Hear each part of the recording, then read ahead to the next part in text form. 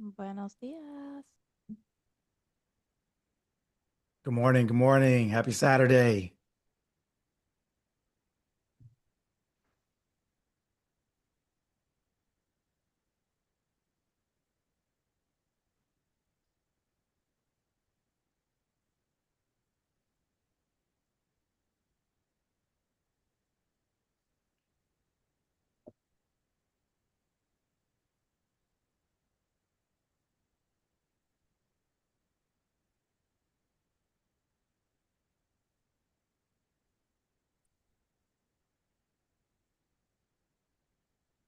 I can't hear you. I'm on mute. How do I know which one's page 9? I got the It, book. it says author's statement. Wait, now I can't hear you. Oh, All right, try it it says, again. yeah. Can you hear me? Okay. Yes, sir. It says author's statement. Ooh, the mic looks sounds good. Author statement. Oh, I think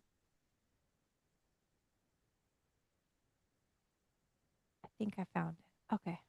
Yeah. Awesome. Thank you. The mic is miking today. I'm proud of us.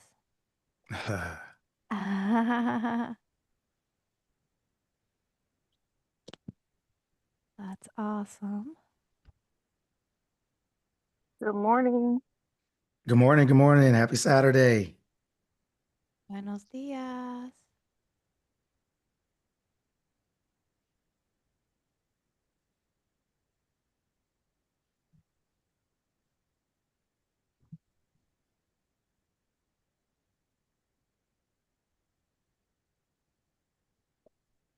Buenos dias.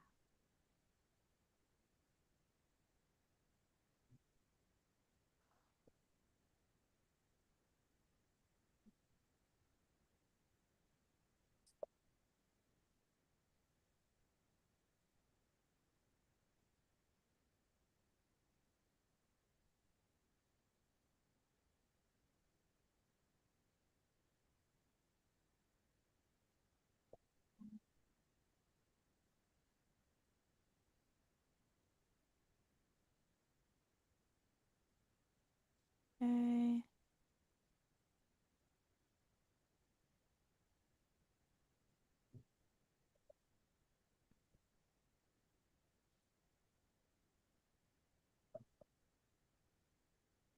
Happy Saturday, everyone. Happy Saturday. Happy Saturday. Yes. Good to see you all.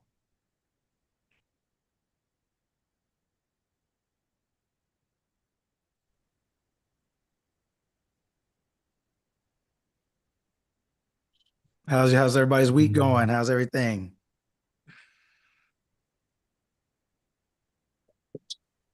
Pretty awesome. And yours? Good. Good.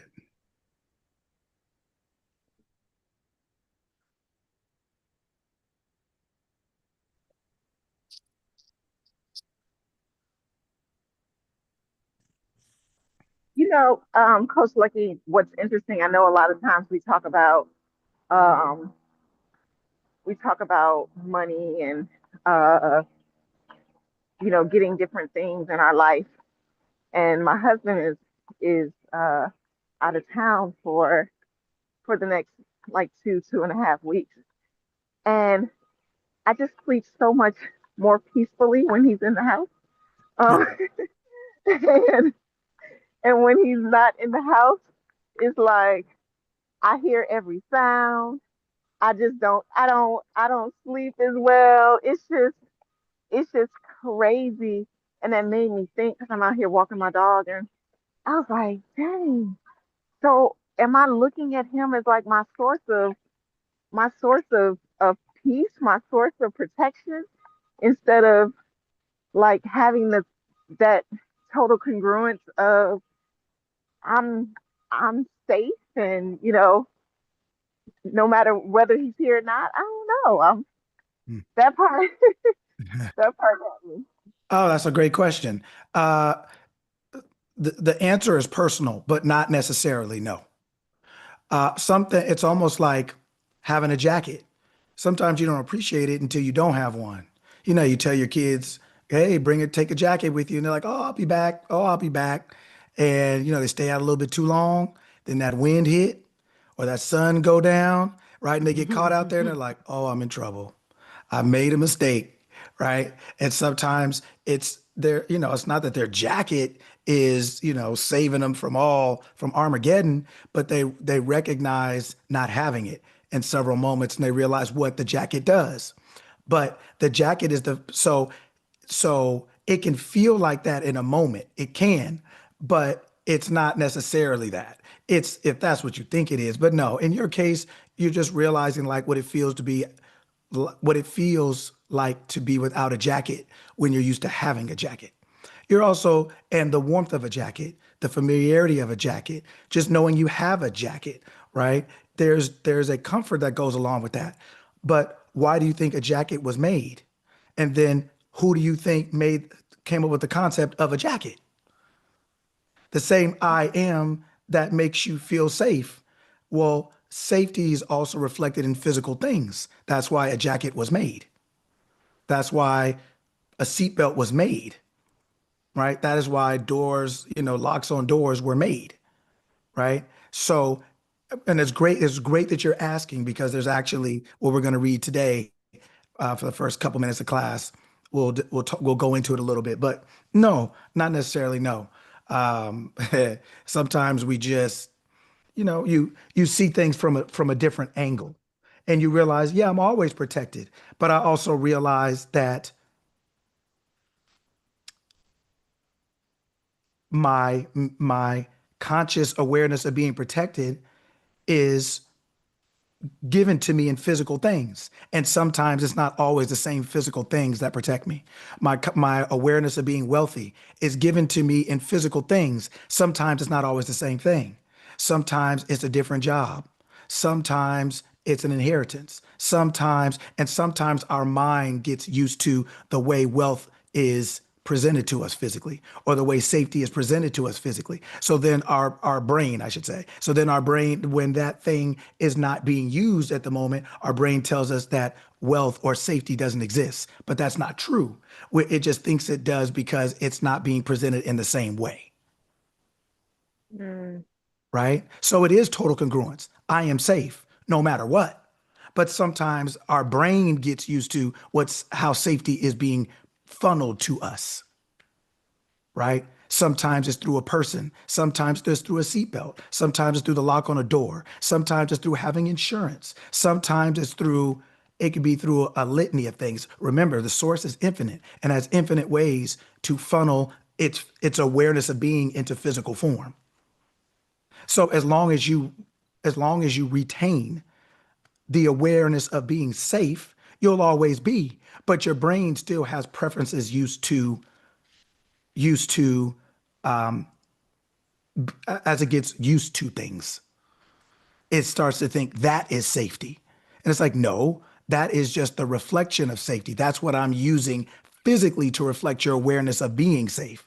But as long as you retain that awareness of being safe, when that physical thing no longer is necessary, as far as, okay, there's a better one, or that one is I need to put over here for this, but I'm going to bring it through in another way. The end result will always be the same, but your brain a lot of times gets locked onto the way it's been receiving it. So then it starts to think that is safety itself and safety only. Right? The resource is never the resource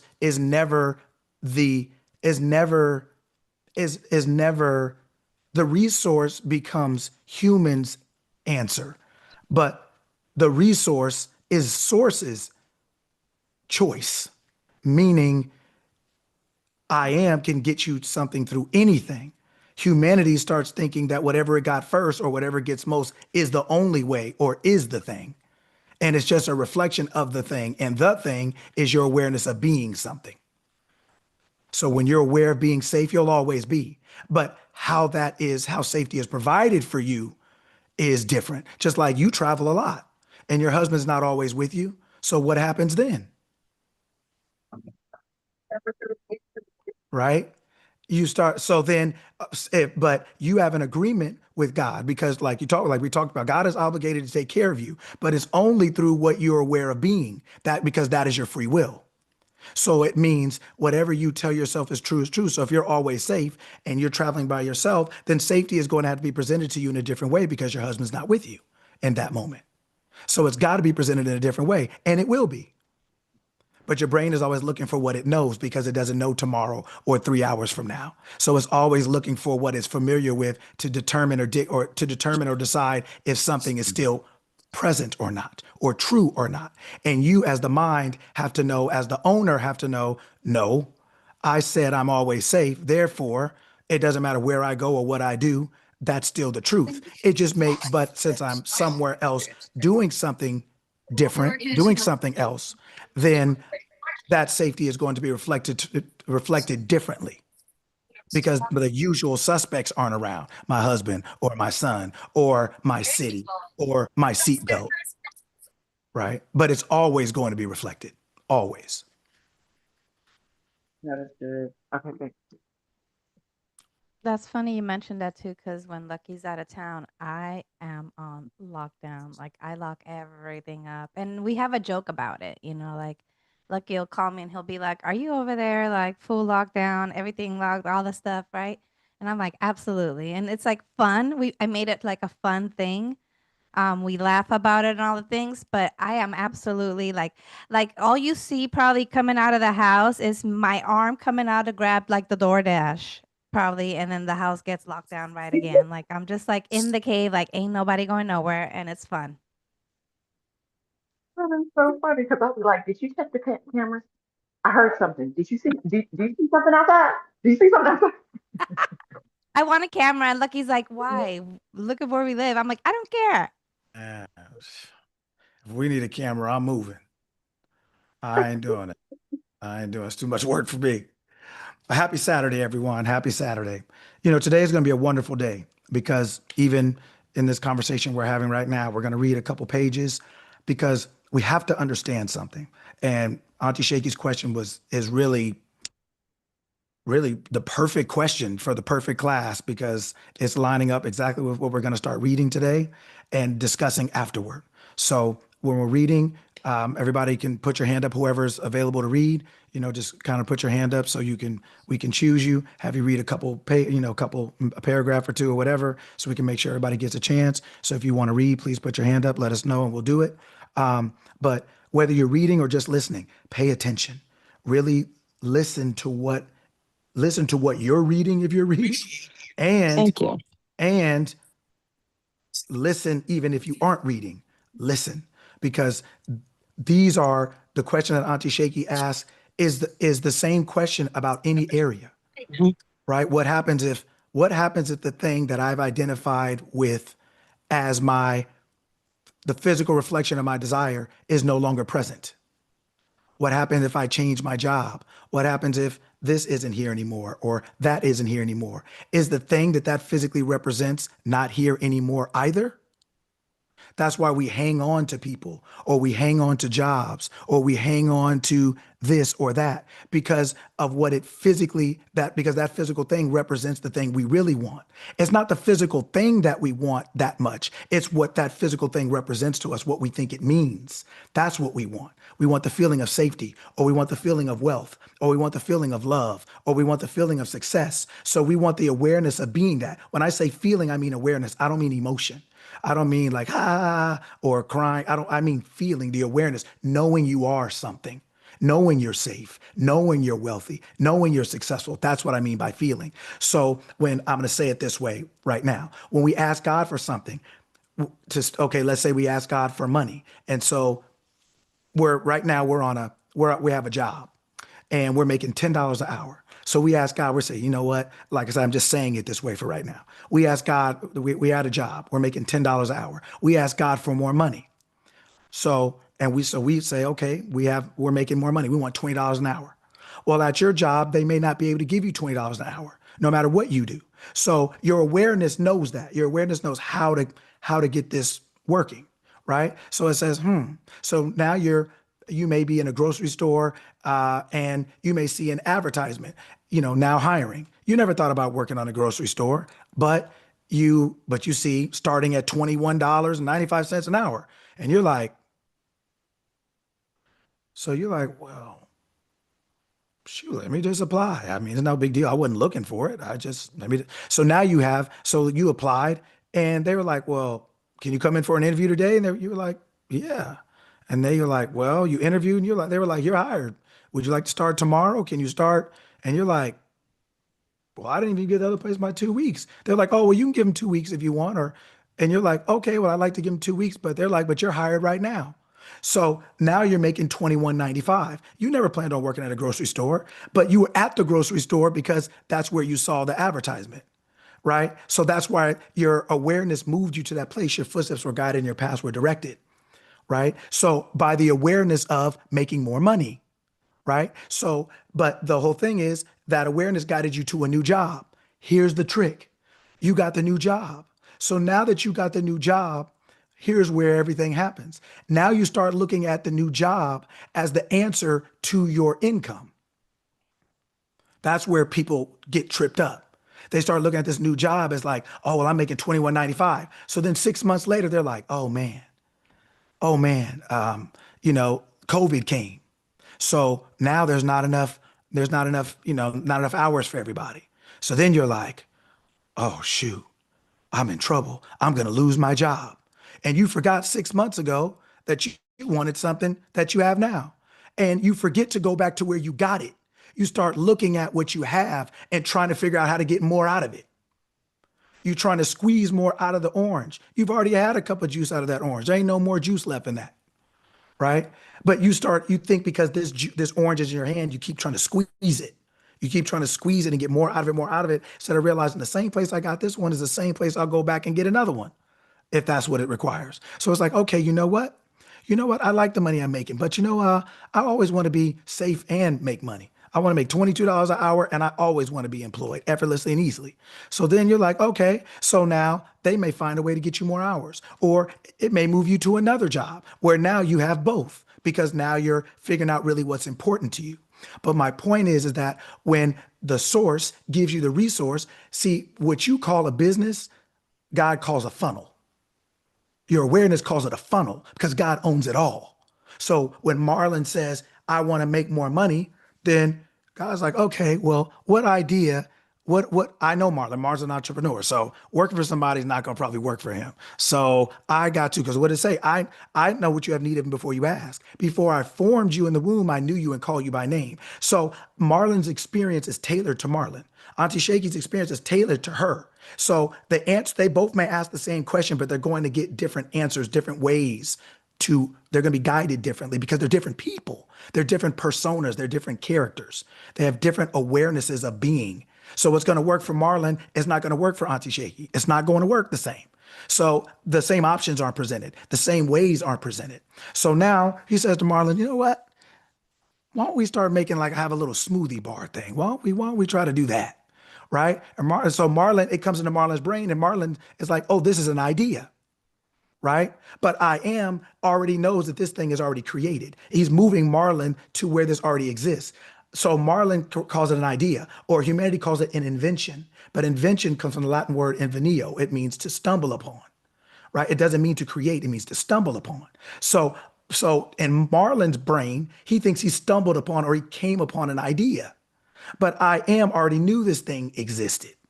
Right. But the light didn't turn on for Marlon until Marlon asked a question. Hey, what can I do next? What can I do now? So the idea comes and you go into this thing. So the whole point is that source is infinite and source has infinite resources. What you call money or health, what you call businesses, those are just resources to I am. So those things are provided to you according to who you are or who you're choosing to be.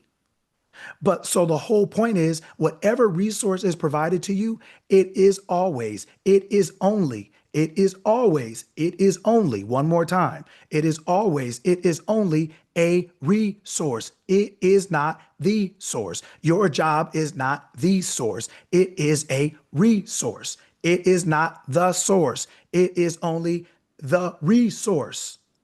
It is only one funnel. It is only one way right now, currently or past, that your awareness provided what that resource got you, whether it was money, security, peace, joy. There are a infinite resources because the source is infinite. So just like it got you that source, that resource, like that resource was more money. Okay, well then I can get you more money infinite ways.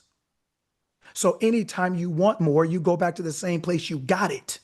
You go back to the source. You don't go back to the resource, because when the resource seems like it dries up, when the resource seems like it goes out of business, when you have an apartment building and nobody wants to rent, but you want to be a landlord and nobody wants to rent, or nobody wants to pay their rent on time, and you keep going to the resource, you keep trying to figure out how you're going to get more people, or you keep trying to raise the rent on the people you have, or you keep wrestling and wrestling with the outcome, with the outside, nothing is ever going to change. Oh, you may swap people out, but the next person's not going to pay the rent either, because you're the same person. You are the person that's having a problem with getting rent.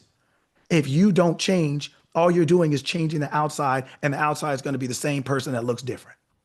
It's going to be the same tenant looking different, the same boyfriend looking different, the same husband looking different, the same wife looking different, the same son, the same daughter, everything is going to remain the same no matter how. All you're doing is playing Monte Carlo, doing the 3-card shuffle.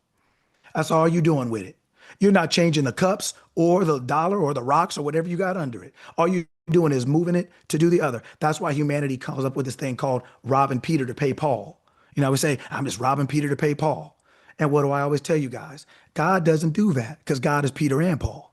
So God doesn't rob itself. Only humanity does that. God doesn't play the Monte Carlo 3-card shuffle, because God owns all the cards and is the shuffler. So how's that going to work, right? So I want you to understand this. This is the perfect beginning, and then we're going to read, and then we'll talk about it some more afterward. But the point is that your awareness, I am, God's name is I am.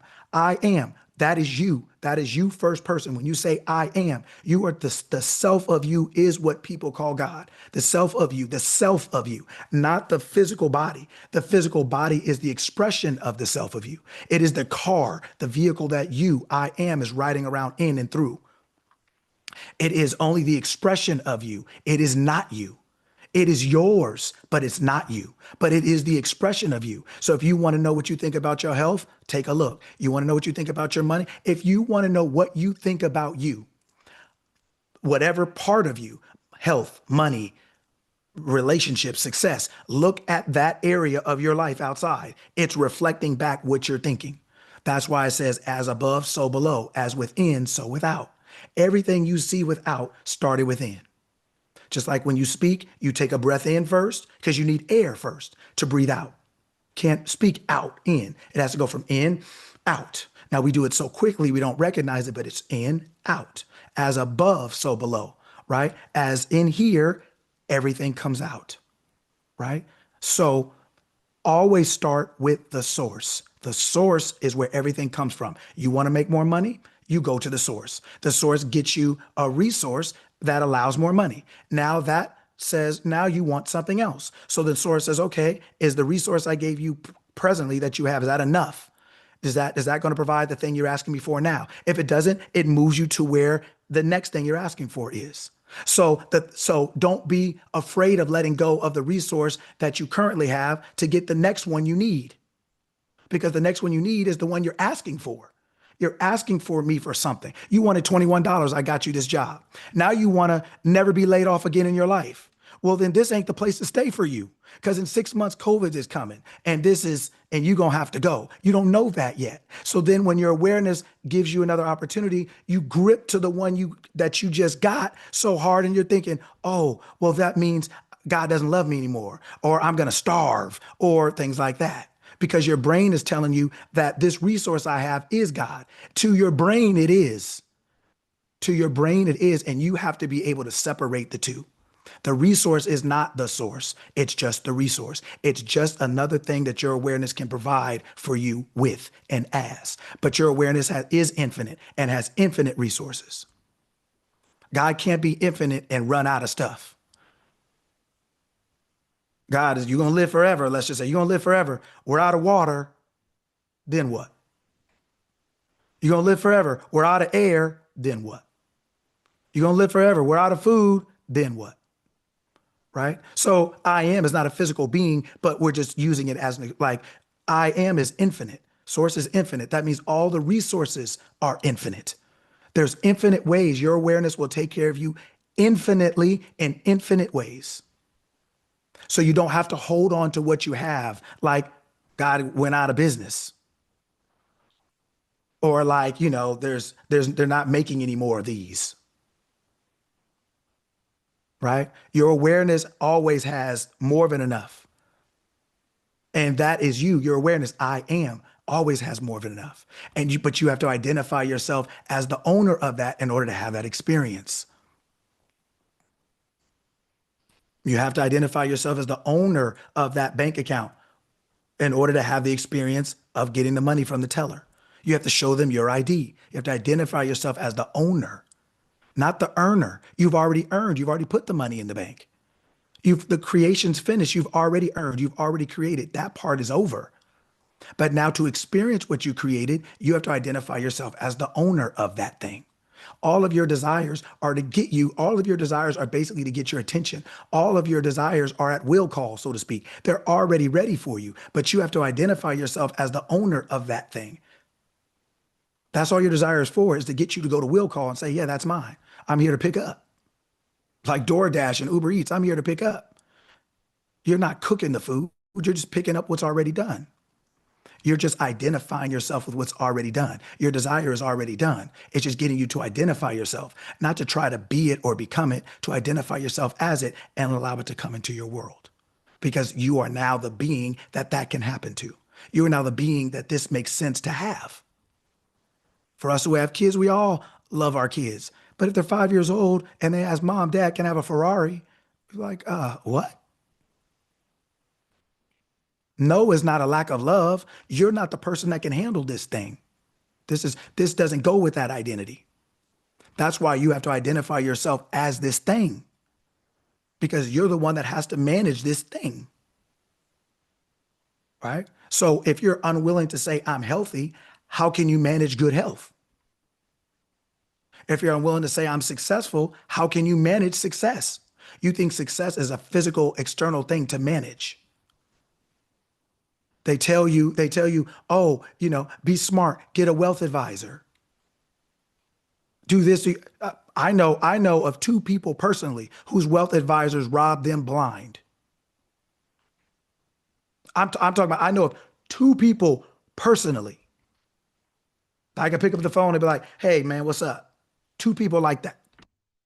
Blind. They were accredited. Both of the people were accredited. But one was in the NFL, one was in the NBA. Both people were accredited. Both of them went to Ivy League schools. They had every physical thing that they had every physical thing that you should have in order for somebody to trust you with that money. And what happened? Broke like they never worked a day in their lives. Like they never took a hit. So only the source takes care of you. The resources are not there to do that. Your job is not there to take care of you. They're not there for, that's not what it's for.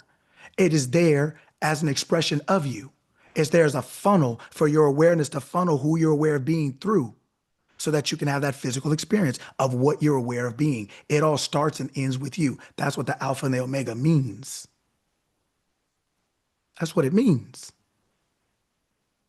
You are the Alpha, you are the Omega. Your job is not. Your relationship is not. It's just not. That's not your husband's job. That's not your wife's job. They are your husband, they're your wife, they're not your God. They're people you talk to, they're not people you pray to. As much as you love them, they're not ever going to be any different than that. Neither are you. They can't pray to you either. This is not one good, one bad. We have to understand the truth, right? And if you want to have a good marriage or a good relationship or good health, or you want to be successful or you want to be wealthy, those are different experiences, but they all have the same way. They all start and end with you. And they all start and end with you as, who am I aware of being? What am I aware of being? Am I aware of being safe? If my safety is conditioned upon a particular person being around, I'm not. I could, yeah, if my warmth is conditioned upon just this jacket being around, I am not. Now, I may like a jacket. I may prefer a jacket. I may like a person. I may prefer a person. Right? But I am not going to change my mind about what I'm aware of being as far as safety. Because what happens if I forget my jacket? Or what happens if I shouldn't, that jacket that keeps me warm, I don't want to bring it out when it's 90 degrees, but I didn't know I was going to be out all day and now it's 50 degrees at night and I don't have my jacket. Do I have to go cold? Not if I'm aware of being warm all the time. Not if I'm aware of being safe or aware of being whatever I'm aware of being. My awareness, that's what it means when it says, it's not me that does the work, it's my Father in me.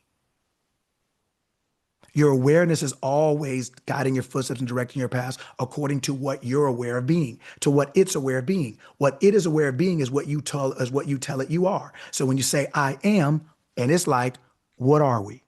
Broke. Right on. Bring the broke out. That is your free will. God is not punishing you. I am broke. I am is God. I am broke. I am's with you when you broke. I am hasn't gone anywhere. Didn't it say I never leave you nor forsake you? Didn't it say I'm close to you. I'm nearer even than your breath. Your awareness hasn't gone anywhere. God didn't leave you just because you broke. Humanity will do it to you, but God don't. Oh, man. I remember college, my senior year, my car got hit. It was parked on the street, car got hit. Went out maybe a couple weeks later. I usually don't tell old history stories, but this is a good example of humanity will. Car got hit. So get the insurance, trying to figure out if we want to get a new car or not, or whatever. So went on a date with this girl. Had a cool time. At the end, she drops me back off at home. Is like, man, it was a really good time. I hope to see you again. Call me when you get a car.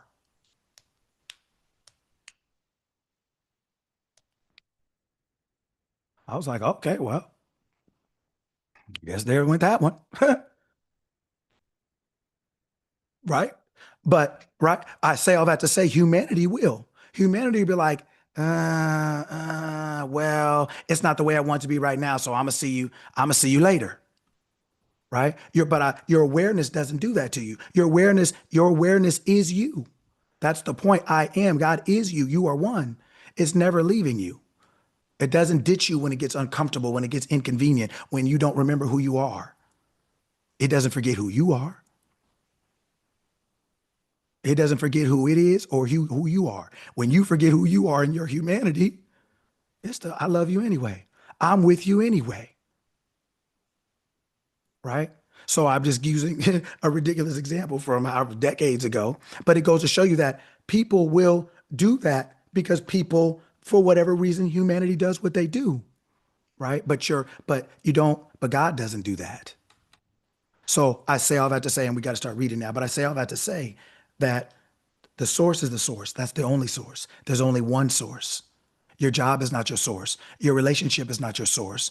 All the physical things of the world are not your source. They are only your resources. They're only designed to be used by you as a result of who you're being. And you're supposed to use them as you are, as who you're being. So you don't let any of your resources dictate to you who you are. Because otherwise you won't change them when they need to be changed. You got some brand new tires and you love them. You love them so much that 2 years later, 3 years later, whenever, 18 months later, you love them so much they tell you to change them and you start crying. But I love these tires. You know how many places I've been with these tires? I took, my daughter went to prom in this car. You start trying to figure out all the ways that you want to keep these tires on. But after a while, there comes a point where maybe this resource is no longer the best one. Maybe this resource no longer reflects safety. Maybe that person no longer reflects this, but they did when they did, but they don't when they don't. But we keep trying to hold on to it because our brain tells us this is safety. No, this is what safety looked like physically for you at the moment you got it until I give you something else. But if you got that, you'll get the next thing. So you go back to where you got it and you got it from the source. It's source only, source always, and there's only one source. Don't ever confuse that. Your boss is not your source. All these other things, all these other resources, we're making sources, and that's where our problems come. Right? All right, here we go. So we're going to start reading. So let somebody else to you. In the mouth of two or three witnesses, let every word be established. So please put your hands up if you want to read so we can go. We're going to let, depending on how many people we have, let them read a paragraph, 2, 3, depending on how many people we have. Like I said, when you're reading, pay attention. And if you're just listening, pay attention. All right.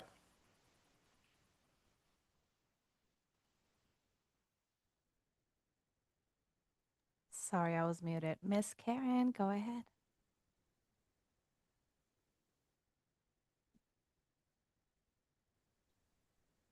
Author's statement. Many books and treatises have been written. Can you enlarge it a tad? Thank you. Yes. Yes, sorry. I don't know what I just did. Hold on. Let me start over. Sorry. And then let me do this.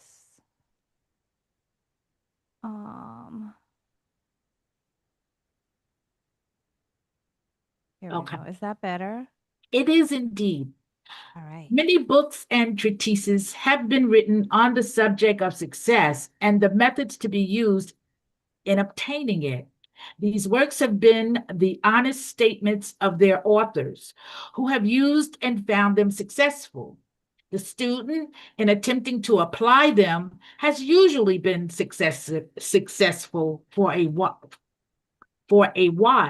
but the day invariably came when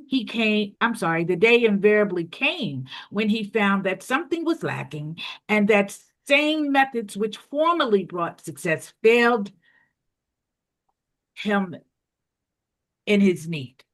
In the business world, it has always been considered that the salesman who could sell a customer something he did not want was the best salesman. Men are taught business psychology, which consists in controlling the other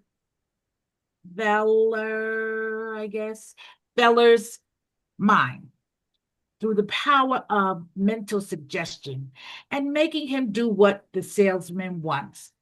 The world has not realized that the law of force was the controlling factor in these methods, and that we can only retain a thing under the same law by which it is obtained. To be successful in anything, one must be able to retain as well as obtain it. He must also be able to obtain it when he wants it, where he wants it, and be able to retain it as long as he wants it. It is obvious then that when we obtain anything under the law of force, we must be prepared to exert our force all the time to a greater degree than can anyone else in order to be able to obtain what we want, when and where we want it. All right, Sarita. I don't know.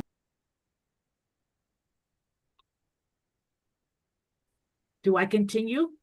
No, it's Sarita can continue. Okay. Yes, thank you. Few men, that is few in comparison with the entire population of the world, are able to maintain this law of force against all corners for any great length of time. And so we have failure after failure.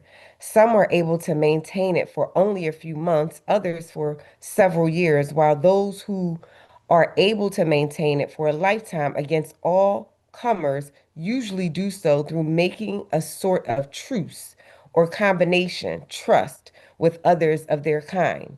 In this book is taught the true law of success, which is the law of harmonious attraction.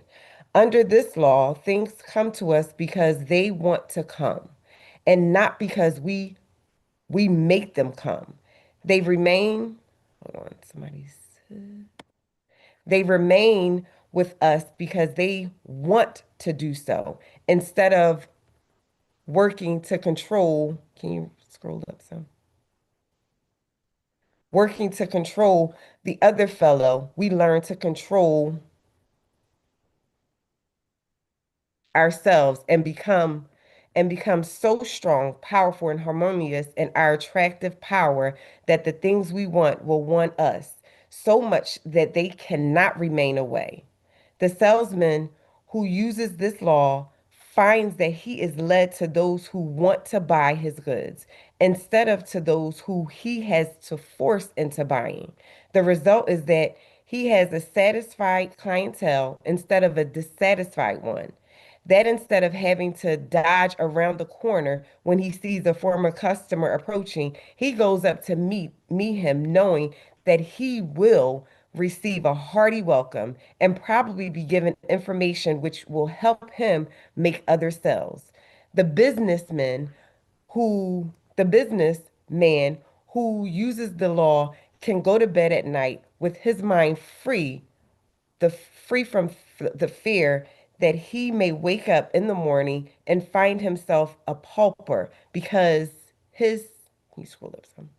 I have it big on my screen, so investments have proven to be bad or that some confidential clerk has absconded with his wealth.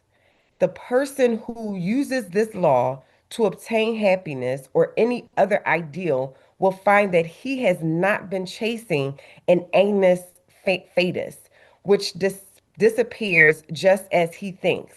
He has obtained it. It is possible for one working under any other law to take away from us what we have gained under the law of harmonious attraction. For this is the strongest and most powerful law in the universe, while those working under this law will never want to take it away from us. Okay. Velvet Love. The law of harmonious attraction and the other laws referred to in this book are not new laws, and the author claims nothing for their discovery. They have existed throughout all ages and have been used unconsciously to a greater or less extent throughout all the ages. The only claim the author makes is for their revival and their I'm sorry, I need to make it bigger, and their conscious application by mankind along all lines, and the new application of them which he teaches. The author would teach the same common sense application of these laws to the energy which creates things that the world uses in the handling of these things after they are created. Thus, when one leaves his home, he locks the doors and fastens the windows in order to prevent intruders from gaining entrance and stealing his valuables. But in his thought world, he leaves the doors and windows open to all the thieves, tramps, and vagabonds of the destructive thought currents. Man should learn to lock the doors and windows of his thought world against the thieves and vagabonds. Vicious thoughts of all kinds of that plane by forming the fixed habit of displacing them by constructive and harmonious thinking. To the thousands of hungry souls that have battled long enough with the world under the law of force and who are ready to learn the larger truth of the law of harmonious attraction, is this book dedicated. All such will read and reread it hundreds of times, get into the vibrations from which it was written, and receive their own message of harmony direct from the one great source. Those who have not been beaten to earth again and again by the reaction of the law of force on their own lives, and who are not ready for the great truths contained herein, will go under their old law, setting more and more destructive causes in motion until they too cry out for mercy and say, "Oh God, why hast thou forsaken me?" Sometime they too will learn the lesson that no one can save us from our own laws but ourselves. The author. Perfect. Okay. So I'll open it up first. So you heard what I said at the beginning. You got to read, we read a couple pages in the book. What do we think?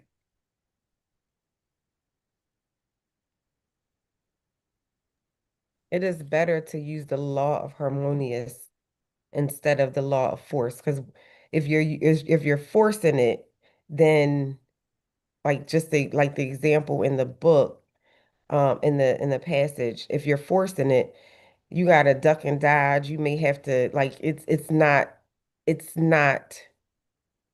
I don't want to say real, but it's not harmonious in a sense. It's not something that is going to be long standing. You might you when you're going after or trying to force a situation, a relationship of clientele, then it just doesn't work. It What doesn't is work. So what is what is what is what is what is harmony? What is the difference between harmony and force? what I wrote down is that we want to obtain the things that want to be obtained, or we want to have only the things that want us. We want to not obtain because we can't obtain Sarita, people, but okay. no, drill it down. No. You know how you know, you and I drill it down like we do. What does that mean? What are you saying? What is the difference between harmony and force? What's a better question? What is the difference? A better question is how. So attract instead of forcing. Who? Who Anything. who is harmony? I am Who is force? the devil. I am not. I am not. Yes. Okay. Harmonious attraction is just a law, but it's the law of you. It's basically saying, are you what you desire to be? Are you already that? Are you already making $21 an hour that you said you wanted to make when we used the earlier example? You're making $10 an hour. You're making $10 an hour at a grocery store.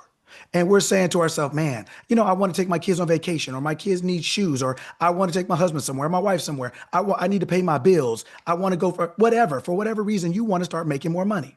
Right now, you're making $10. So now you're saying to yourself, I want to make $20 an hour. The law of harmony does what?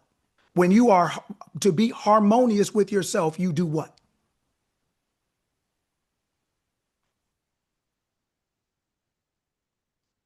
You state it and you allow the resources to come, or you just be. I am, so you don't have to do a whole bunch Because of you are. right. And as soon as you are, you're already doing because you are. You're already doing everything as the new identity you claimed yourself to be. Your brain just doesn't know what that looks like, so it tells you you're not doing anything. If you're breathing, you're doing something because you already are. If you're blinking, you're doing something because you already are. You've already identified yourself as your end. You already are. Force is I am not. So the force is I'm trying to be because I'm not. So harmony means I am in harmony. I am being my desired end. I am assuming myself to psychologically be my desired end. When you are assuming yourself to be your desired end, do you know what that is called? Anybody can answer. Do you know what that is called? Do you know what you're in at that point? Insanity? Nope. What's the question again? When you say I'm making $10, now I'm making 20, right? And you tell yourself this is now what I'm doing. And now you are walking as this person. What state of mind are you in? Flow state. Say it again. Flow state. Flow state. What is that called? What is it that there's a day that it's called? What A day is day? that? A day. There's a Oh. day it's called. People don't know what the day is. Karen, what day is that? The Sabbath. The Sabbath. That's what the Sabbath is. The Sabbath is when you come to the psychological realization, when you in your consciousness have hit the point of pregnancy, when you are pregnant, when that thought has hit your mind and it is locked in. This is what I am. There is nothing else for me to be. I can't get any more pregnant than pregnant. I'm just using a loose example. I can't get any, so there's nothing else for me to do. I've already done what it took to get pregnant. I've already assumed the being that thing in my mind. Now I'm the Sabbath, which means I don't need to do anything else physically. I'm not trying to do anything physically to become what I already am. I already am it. So now I'm just living my life as a pregnant person. I'm living my life. Everything I do is because I'm pregnant. Everything I do is because I am. I'm not doing to become. So I'm not wrestling with the outside world trying to do something to become something I already am. So harmony means I am assuming myself to be. That is why, what does it say? Seek first the kingdom of God and his righteousness, and all these things will be added. That's the harmony. That's why it said what? You will receive your own direct answer, right? From the one great source. What I say earlier, that Marlon and Auntie Shaky would have different experiences, even if they ask the same question, because you're different characters. You see life differently. So your awareness, your I amness is going to get you, Brian, even if you ask the same question they asked, you're going to get a different way to get it done. Because it has to be like a tailored suit. It has to fit you. You and Marlon can be both wearing a suit. You're not going to wear the same one. Even if it's the same color, same, it's not the same one. It's tailored to you. Nobody else can wear it like that. That's why we get it tailored. It's not off the rack where everybody gets to touch it and your shoulders out here like Hammer in the 80s, right? And your pants are too big, right? No, we get it. We buy it and we get it cut down to fit so that it hugs every curve, everything the way you want it to fit, right? That is how your desire rolls out in your life, by being it. Because it's already perfect and complete. The desire is already complete. All you're doing now is identifying yourself with a complete thing. That is harmony. That's why you don't have to do anything. Because everything you do is already as a result of being that thing. This is not the law of effort. It is the law of awareness. Your awareness, you're changing, you're shifting identities. You're shifting lanes in your mind. Force means I got that $10 an hour. Now I'm trying to make 21. So now my first inclination is I'm going to go out and just beat the street. Go out and try to apply for 50 jobs. Haven't you seen people on social media? I've applied for 600 jobs and I haven't got hired in 2 years. I've applied for 300 jobs. The economy. What did we see yesterday in our group? 300,000 realtors are quitting. 70% of realtors haven't sold anything in a year. 70%. 48% only sold one thing. They said 10 to 20% of the realtors are making 90% of the business. That's from a former realtor. And he got out of it because he couldn't take it. But what did he call himself? How did he identify himself? Anybody in the group yesterday? What did he say about himself? He was what? Average. Average. And what did I say on Wednesday and Thursday? There is no such thing as market saturation. Well, market saturation, the right word for that is average. Most people are mediocre, and average. You can't tell the difference between one or the other, so you don't care about either one or the other. And if you're either one of those, people don't care about you.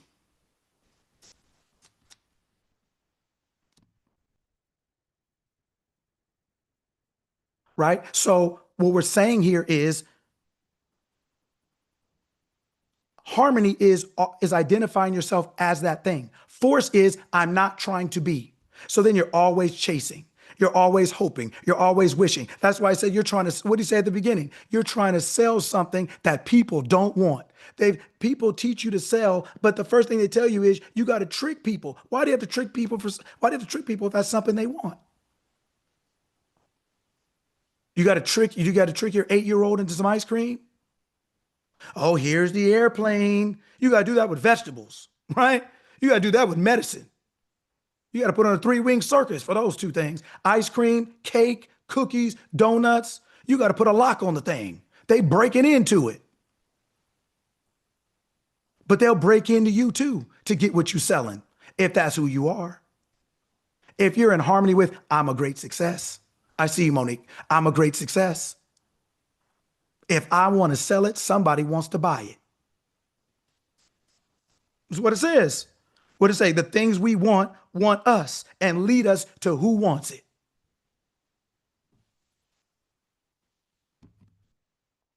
It is harmonious. It's not the law of harmonious. Like it's just describing the way you work. Harmonious is when you are aligned with your desired end. I am that. When you're identifying yourself as your desired end, not the desire like I want. No, the desire like I want that, so I'm now that. I'm that right now, not tomorrow, not next week. That is harmony. Force is when you want something and you're aware of not being it. I am not, so you're always chasing it. So it's the law of you. Is really what it is. Always, all these other things are just harmony is you in line. Force is you out of line. But all these other laws, assumption, attraction, are just describing you. There's only one law. It's the law of being. I am. I am. I'm either I am to be I am, or I am to be I am not. I am not is force. I want something that I don't believe I am, so I'm going to do everything I can to get it. Trick you, rob you, scam you, scheme you, break into the house, do this or that. I am not safe. You can lock every door in your thing. Somebody will come up in your spot like Spider-Man. It doesn't, because what does it say? To him who has, even what he has, he'll get more. To him who hasn't, even what they have will be taken. Because you're aware of being something or not being something, and the physical world is just reflecting which awareness you are occupying in the moment. Now, this is easy to change. You know why? Because God doesn't care who you were. God only cares who you are right now. Each second is not each day. Each second, you don't have to wait till tomorrow. You don't have to wait till PM. You don't have to wait till after lunch. No, I am only cares about who you're being in this second, this very second. You can choose, you can change. That is the only free will you have. It's the only free will you have is the ability to choose who you are being. Your physical actions are not free will. They are governed and guided by who you are being. Actions do not create. They only cosign. They only express who you are being. They're physical expressions of who you're being. The world, creation, heaven and earth. Who created heaven and earth? Who did that? God. God. So then heaven and earth looks like what? Creation. Looks like what? God. God. God. The creator. Anybody else know how to make a waterfall? Anybody else got a patent on how to make a rainbow? Anybody made a dinosaur last week? Right? So that means everything in your physical world you have created by who you are telling yourself you are. Creation is finished, but you're creating now in your human form by selecting your identity, who you're telling yourself you are. That is what you see in the world and how you see the world. There's not enough locks on the door if you feel unsafe. There's not there's not a bodyguard big enough to keep whatever unsafe to you means off of you. There ain't a bodyguard big enough. You can't get enough of them. I don't care if you had 1 million people surrounding your bed. Okay. The flu will stop you. COVID will get you. Cancer will stop you. The outcome is all that matters, not what was used to get it. The outcome. Your awareness will get you any outcome that you're aware of being. If it's a new job for new money, if it's a raise at your job, if it's a new boss and that one get removed and that new boss come, your awareness will get you anything that you're being. That's your only free will. That's why it says, choose this day who you serve. That's why it says death and life are in the power of your tongue. That's why it says you shall declare and decree the end from the beginning. That's the only free will you have. You think it's walking around with your little old body. You're going to shake somebody up. You're going to beat somebody up. You're going to give them a piece of your mind. You're going to tell them what you're thinking. Your resume is going to be so fire that they can't tell you no. You're going to, okay. How's that working for you? I've seen some of you on camera looking all kind of exhausted.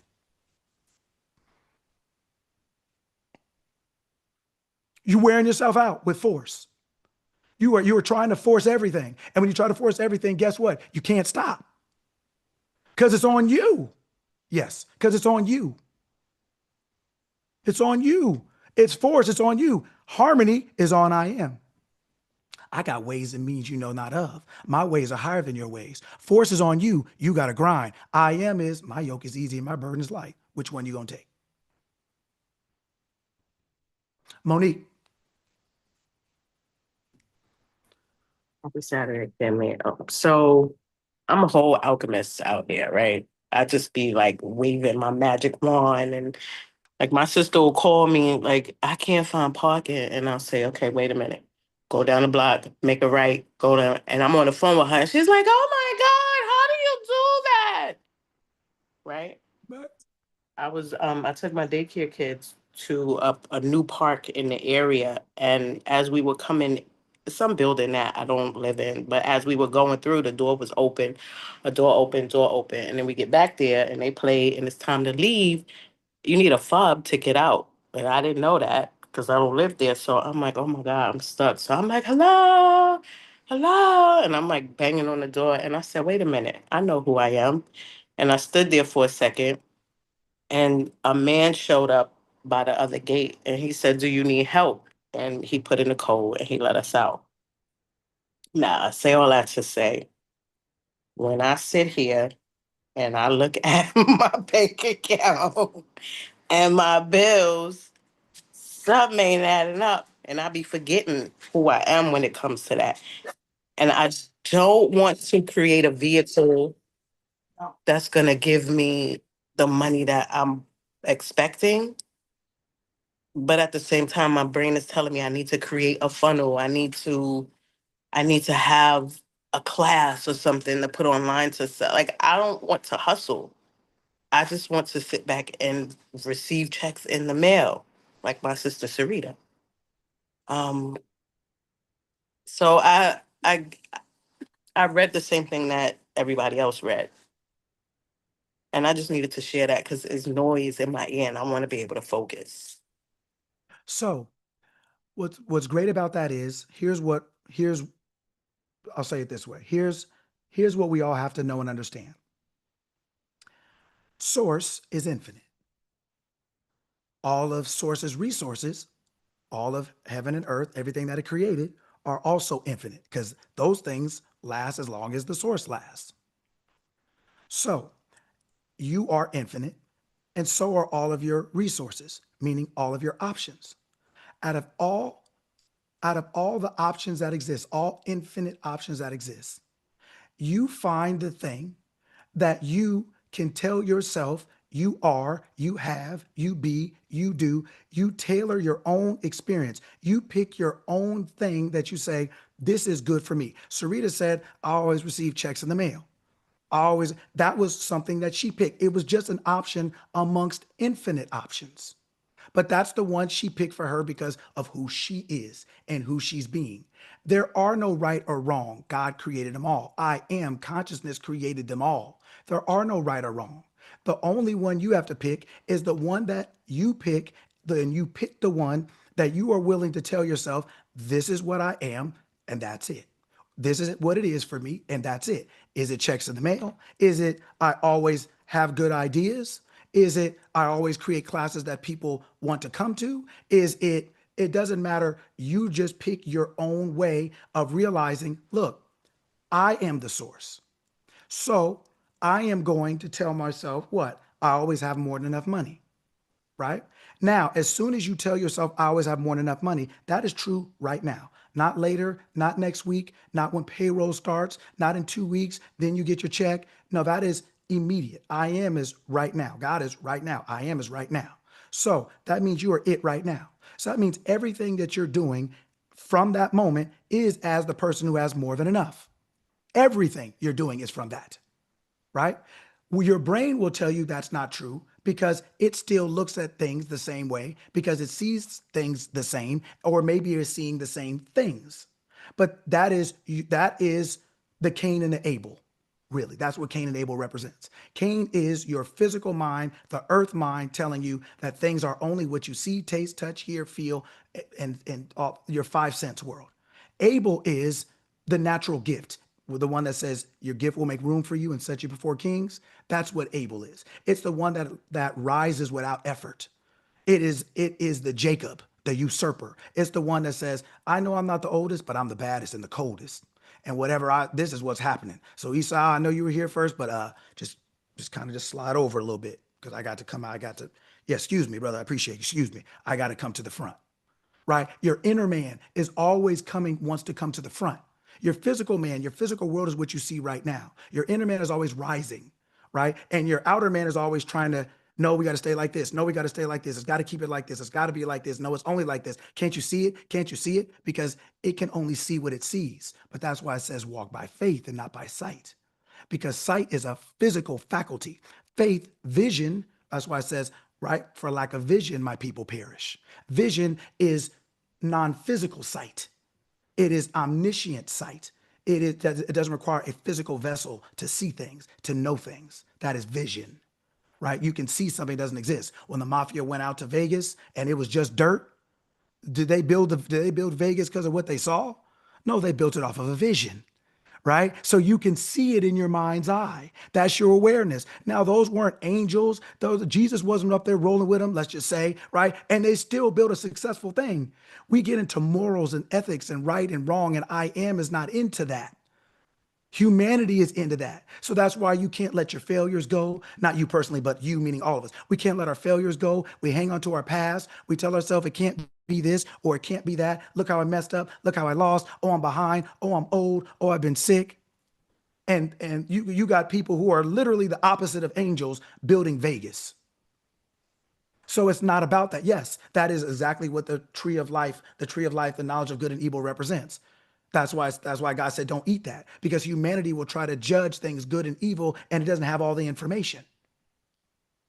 It doesn't know everything. So it's just casting all these aspersions on all of us, including what we do to ourselves. So it makes us think we're crazy, we're wrong, or we got to stay like we used to be, right? So saying all that to say to you, you have all the options in the world, right? And you tell yourself, let's just say I always have more than enough. All right, so what does it take for you? Because it's according to your faith. What does it take for you? What is it that you are forgetting? Because the only thing is this. Here's the only thing. It's the illusion of separation. We, for some reason, for whatever reason we do it today, whatever reason we have done it, we find a way to separate ourselves from who we are. And that's where you fall out of Eden. That's why you fall out of the harmony of your mind. So what do you need to tell yourself to remember who you are? Because that's it. Once you remember who you are, and the longer you remember, you will live that way, and your world will reflect that back to you. Your yoke will be easy and your burden will be light in your finances and in every other area, because God only lives that way. Can you imagine if God had stress and had to live in infinity with stress? We can't do it for 2 weeks. God couldn't live that way. High blood pressure, cancer, diabetes, heart palpitations. You're going to live with infinity like that? It's not a natural way of living, but it's what happens when we fall out of Eden. It's what happens when we allow our brain, the snake, when we allow our brain to finesse us out of our identity. Did God really tell you? God really, come on, man. Did God really tell you that all your needs are met? Now, because why? Are you sure? Look over there. Don't that tree look good? Look at your bank account. Don't that look real bad? And God told you.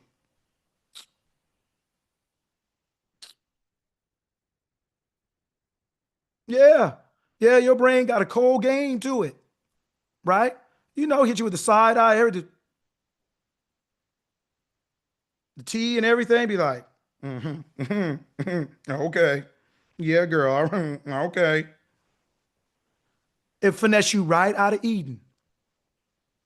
right? But then look at the story. Now you got to answer to the person that you don't have an explanation to because you listen to someone who ain't even around no more. Where was the snake at when God said, Adam and Eve, where are you? Where was the snake at?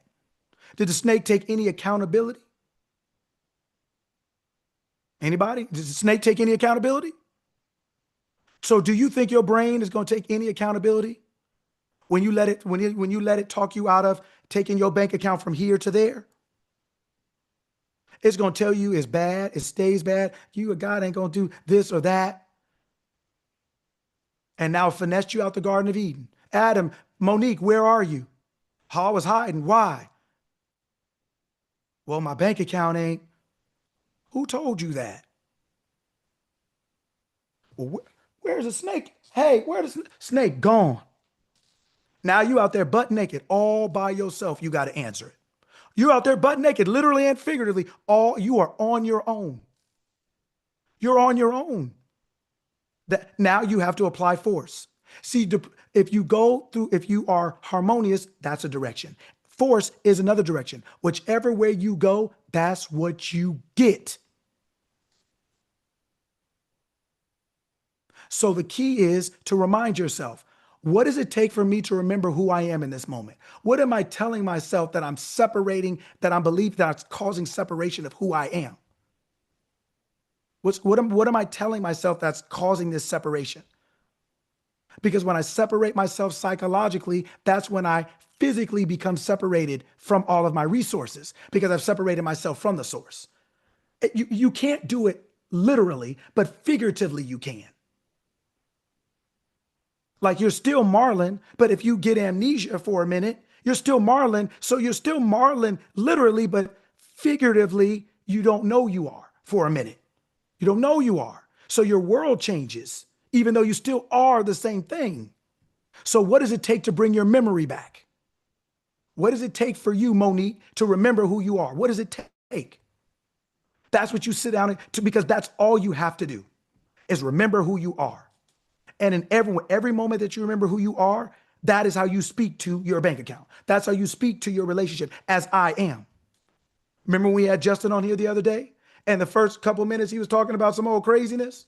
And then he remembered who he was and look how his words changed. I didn't tell him what to say, but see how it changed when he remembered who he was? What you say changes when you remember. So what you're saying is from who you are aware of being in that moment. So when you tell me you're not safe, or when you tell me you're broke, or when you tell me you're sick, that's not a judgment or a criticism. You're just letting me know where you're staying. You're letting me know what environment that you're in, that you're describing to me. It's like, oh, okay. I see where you are. So we got to move you out of there. We got to move you out of place because when you move somewhere else, you won't be able to describe that. You're not there. You're over here. So you're going to describe where you are now. You're always describing where you are. That ain't the bad part. That's not a bad thing. Unless you're in a place you don't want to be. At home, you can look around. All of us, I see you, Auntie Shake. I'll get you in 10 seconds.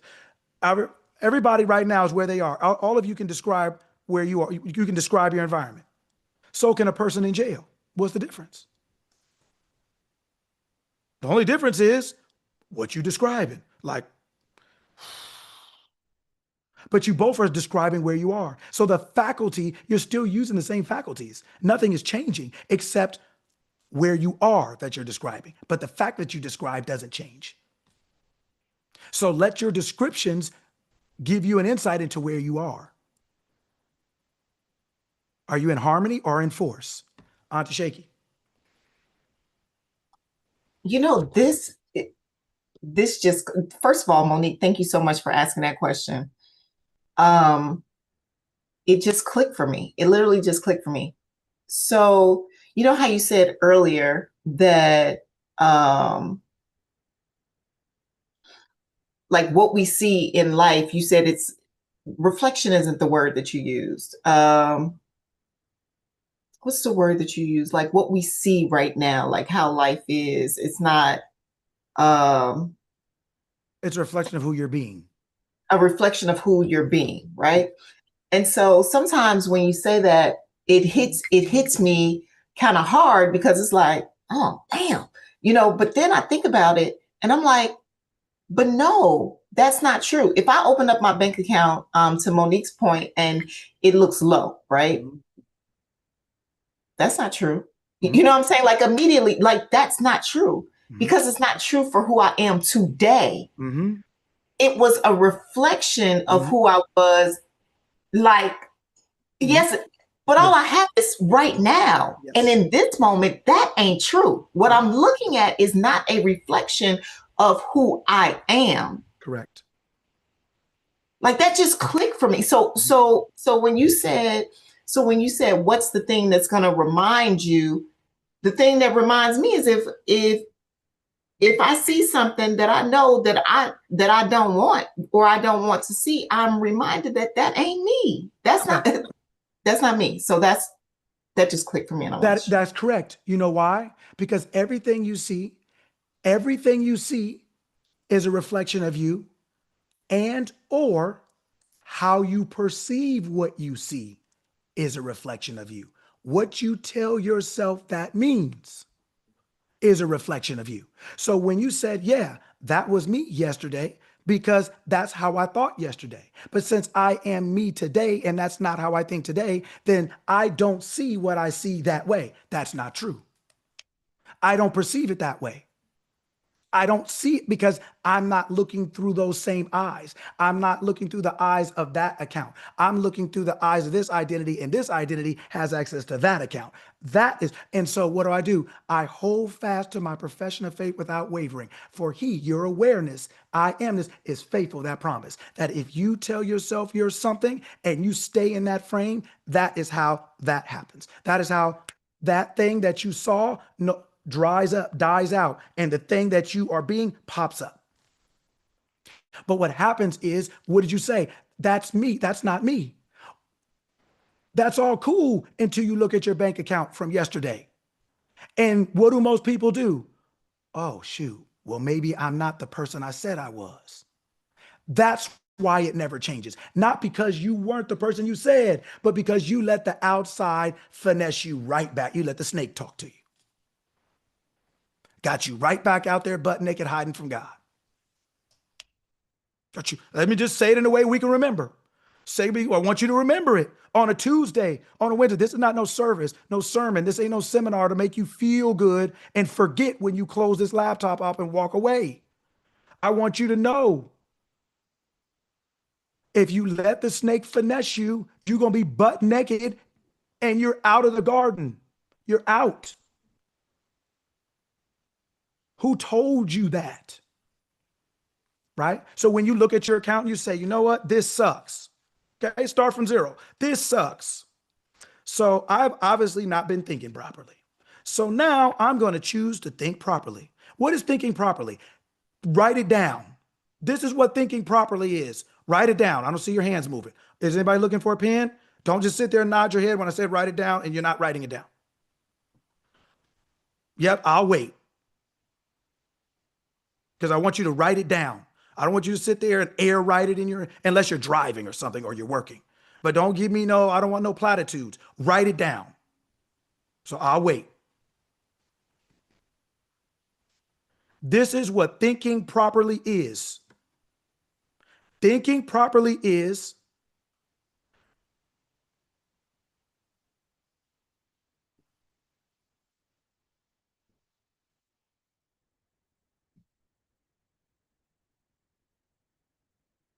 I think the same way God thinks.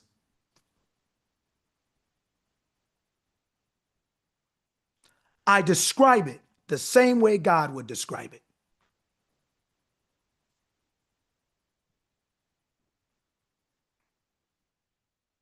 When God says that's it, it's it.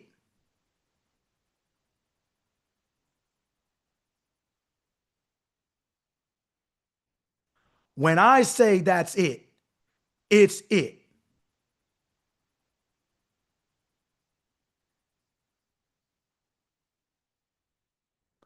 We are one.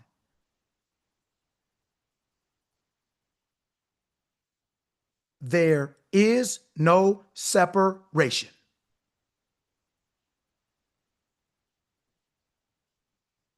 So when you're looking at your bank account, do you see it like God sees it? Do you describe it like God describes it? If you haven't, that's why. And as soon as you do, you'll see. When you look at your health, when you look at your relationships, are you describing that? Will God look at the bank account and be like, oh shit, it's over. I ain't got it. Oh God. Did God do that in the beginning? When there was darkness, what did God say? Tamika, when it was darkness, what did God say? Let there be light. So when this is not real, but I'm going to use it. When you look at your bank account and there's $100 in there and you don't like it, what should you say? What do you say? Let there be light. I got more. Right? This is not $100. This is $1,000. Right? Let there be more than enough. Let there be $1 million. God said, let there be light. God could have said anything, right? Let there be dusk, dawn, daylight, night light, whatever light. So then when you're looking at your bank account, I'm just using you facetiously, but I was thinking, right? When you're looking at your bank account, you can say, let there be more than enough. You can say, let there be 10 million. You can say, let there be 5 million. Those are all different intensities of light. But since you're God, you can choose not only light, but the intensity of the light, right? So when you're looking at your bank account, you can choose how much is in there and the intensity of how much that is. And just like God said, what did it say? God said, let there be light. And there was light. And it was good. So you look at your bank account and say, let there be, and it was, and this is good. This works for me, right? Let there be employment. Let there be health. Let there be relationship. Let there be this thing like this for me. That's the way God does it. That's the way God sees it. God is not without. God just chooses to have an experience next. God already created all things. So when God created light, it wasn't because there was no light. The light just wasn't on because God didn't say, let there be light. But there already had to be light in order for God to say, let there be light. The awareness already had to be there, right? So then all it takes is your awareness. You're not actually without, but the feeling of being without is not the actual withoutness. It's the lack of awareness of already having. God didn't, when it was dark, God didn't say, I don't have light. God said, let there be light. When your bank account is low, it's not because you don't have. It's because you haven't said, I have, let there be that. You're only experiencing what you haven't said. You're not without. If God is everywhere, where is God's stuff? Where is it? It's got to be wherever God is, right? God can't be here today, but God's stuff is, coming tomorrow, FedEx. So that means your health is here right now. Your money is here right now, but God's stuff is always here and present. Your stuff can come and go. When you separate yourself from I am, your stuff can come and go. There could be hype cycles, booms, busts, economies, recessions, COVIDs. There could be all kinds of reasons that you let the snake talk you out of it.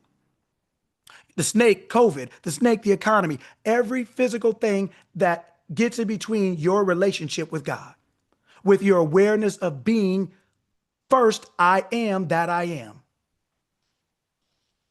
You are made in the image and likeness. So then God said, let there be.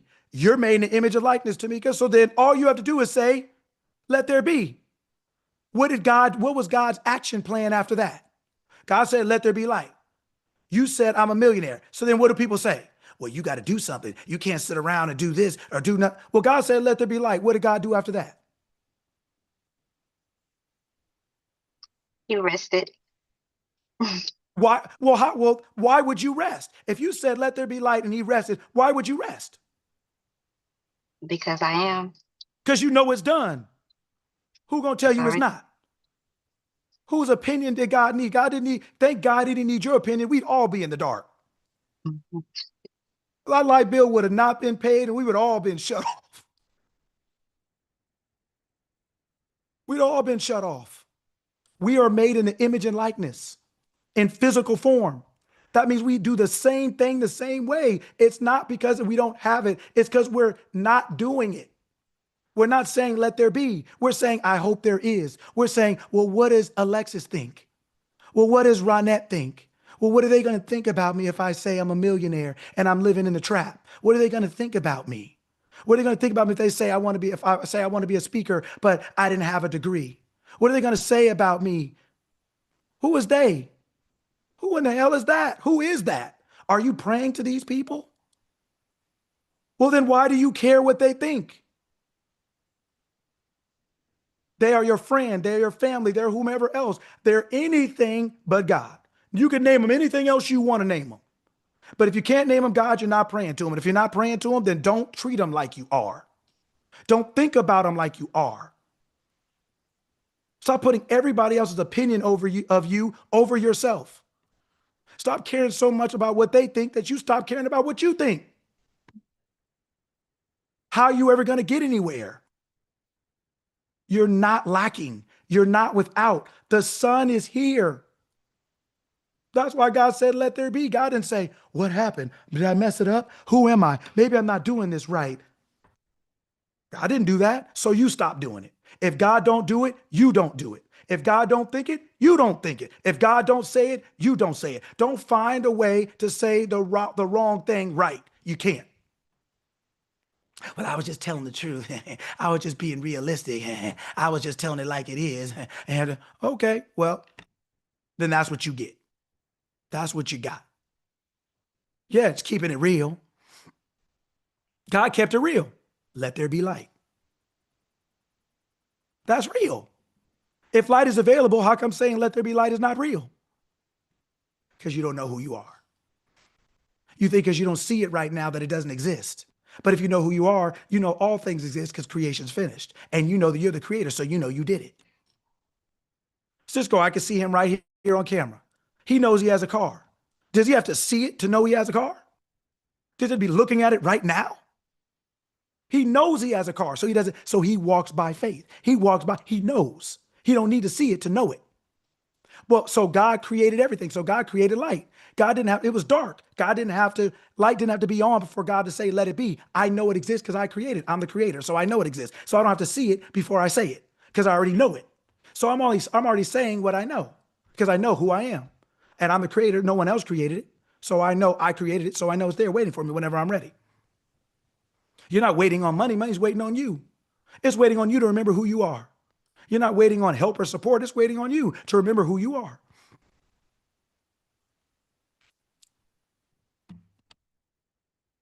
You're wearing yourself out because you're not being, what does it say?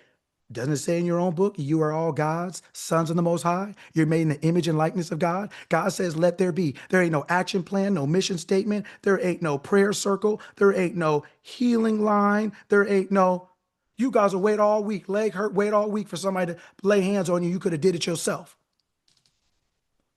You think somebody else got more power than you? They got a stomach ache just like you last week.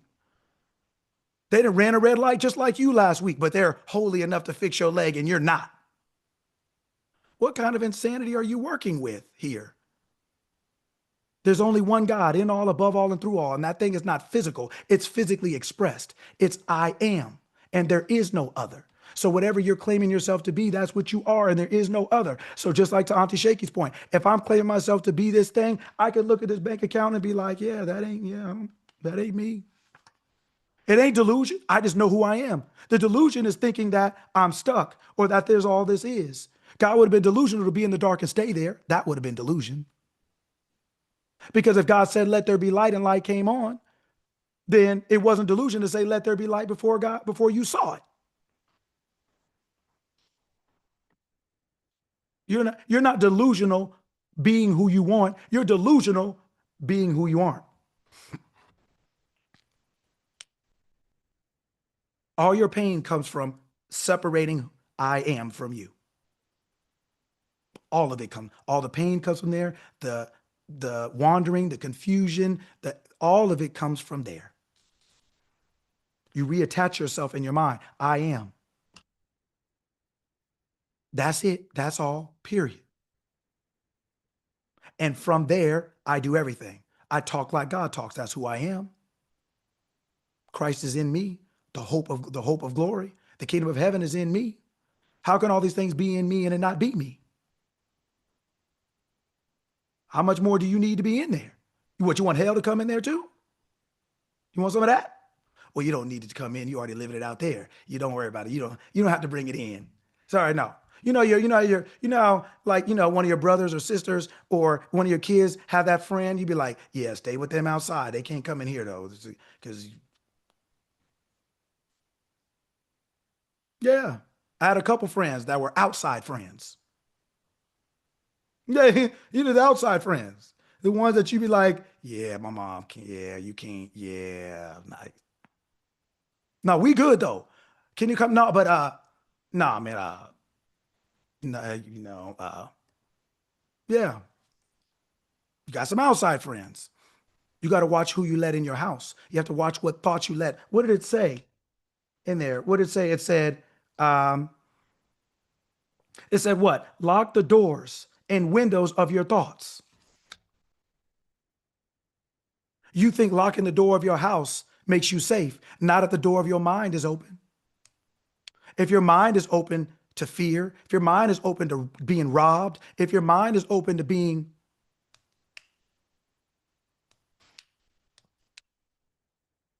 I was with my mom about a year and a half ago, 2 years ago. And, we were, talking to some people we know, and they live in a super nice area. There's people in their area that got robbed in broad daylight, held up in their own house in broad daylight, multi-million-dollar homes. Broad daylight. They don't even wait to get dark anymore. Know what? I'm ready to go right now. 2:15 p.m. I'm ready to go right now. Held up in the house, broad daylight, multi-million-dollar homes. There is no such thing as physical safety without consciousness safety. Who do you think made a seatbelt? And what do you think a seatbelt represents? A way to take care of this physical thing. So I am no safety. So why would you rely more on a seatbelt than your awareness of being safe? The awareness of being safe doesn't mean don't wear your seatbelt. Otherwise, that awareness would have never made the seatbelt. Your awareness don't tell you to stop going to work. It didn't tell you to do this or do that. It's not telling you to go out there and shoot 5 people. It's not telling you to do nothing stupid or crazy. But it's telling you that everything that you're chasing, I've already created. What are you chasing it for? Put your seatbelt on. Yeah, that's a reflection of the awareness of safety. I thought about it before you did.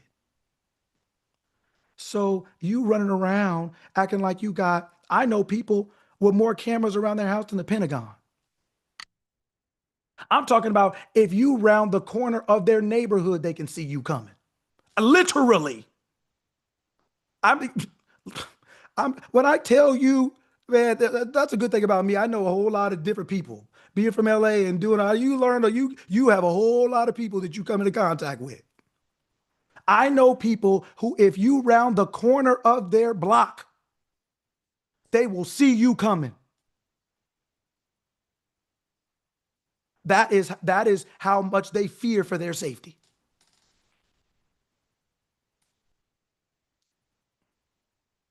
And they are the sickest people I know. They might as well rent a hospital room. If you could make money off people renting a hospital room. They are the sickest people, always sick. Always. Capital ALWAYS.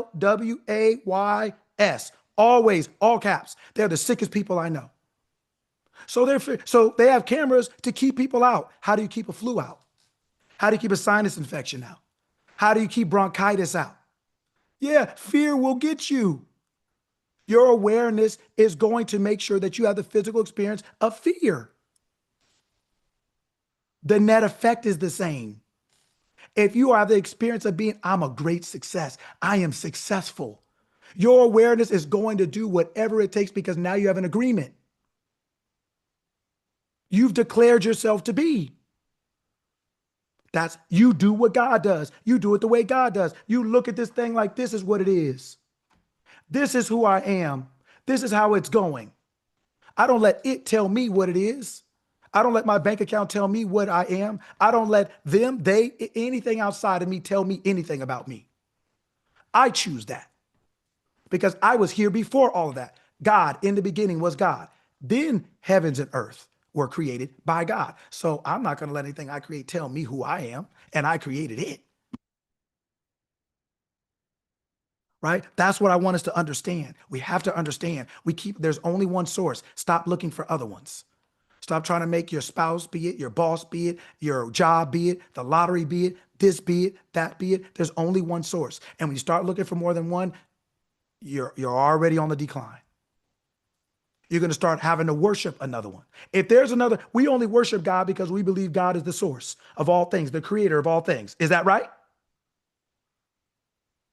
Hello? Is that right? Yes. Yeah, that's Okay. right. So then when you make the resource, when you make your job, well, this is how I get my money. Anybody ever heard people say that? If you don't work, you don't eat. Have you ever heard people say that? Okay, so then now your job ostensibly, inevitably becomes what? Your God, So then Yes, what do sir. you end up doing with it? worshiping it. By doing what? You so sick you can't even get out of the bed, but you find a way to get there. Shouldn't even be there.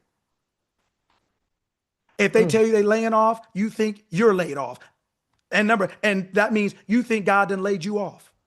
No, Billy laid you off. God didn't lay you off. Billy did that. But you think Billy is God because that's your boss. And you think Billy is paying you. Billy is the one making your life that way. Billy is the one meeting your needs.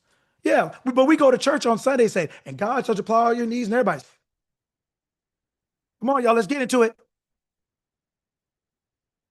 But we do that. And on Tuesday, why don't we just tell the truth? Why don't we do that when we see Billy walk in?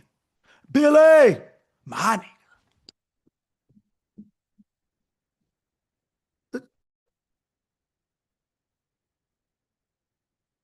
Why don't we do that?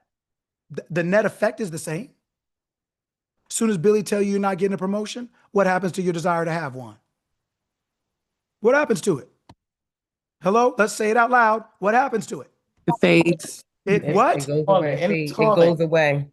It fades. Oh, you guys are so No, nice. You wrap it up in original one. anger. You wrap it up. What? You guys are so nice. It dies. It gets shot. It It gets dies. murdered and stabbed. Let's just tell the truth of what that's. You drop it like it's hot. Well, I guess not. You treat Billy just like you treat God. We make too many gods of things. We don't mean to and we don't know it, but I'm saying the same thing every week because faith comes by hearing. You have to see yourself in real time. Realize, do what you do physically, but there's only one Savior. There's only one salvation. There's only one source. There's only one solution. And that is how you walk. That is how you talk. That is what you think. That is who you talk to. The I amness, your awareness in you, the Christ in you, defined in the New Testament as the power and the wisdom of God. The power and the wisdom of I am is defined as Christ in you, the hope of glory. So in you is power and wisdom, and you can't afford it. In you is power and wisdom, but you're so sick. In you is power and wisdom, but you can't get a job.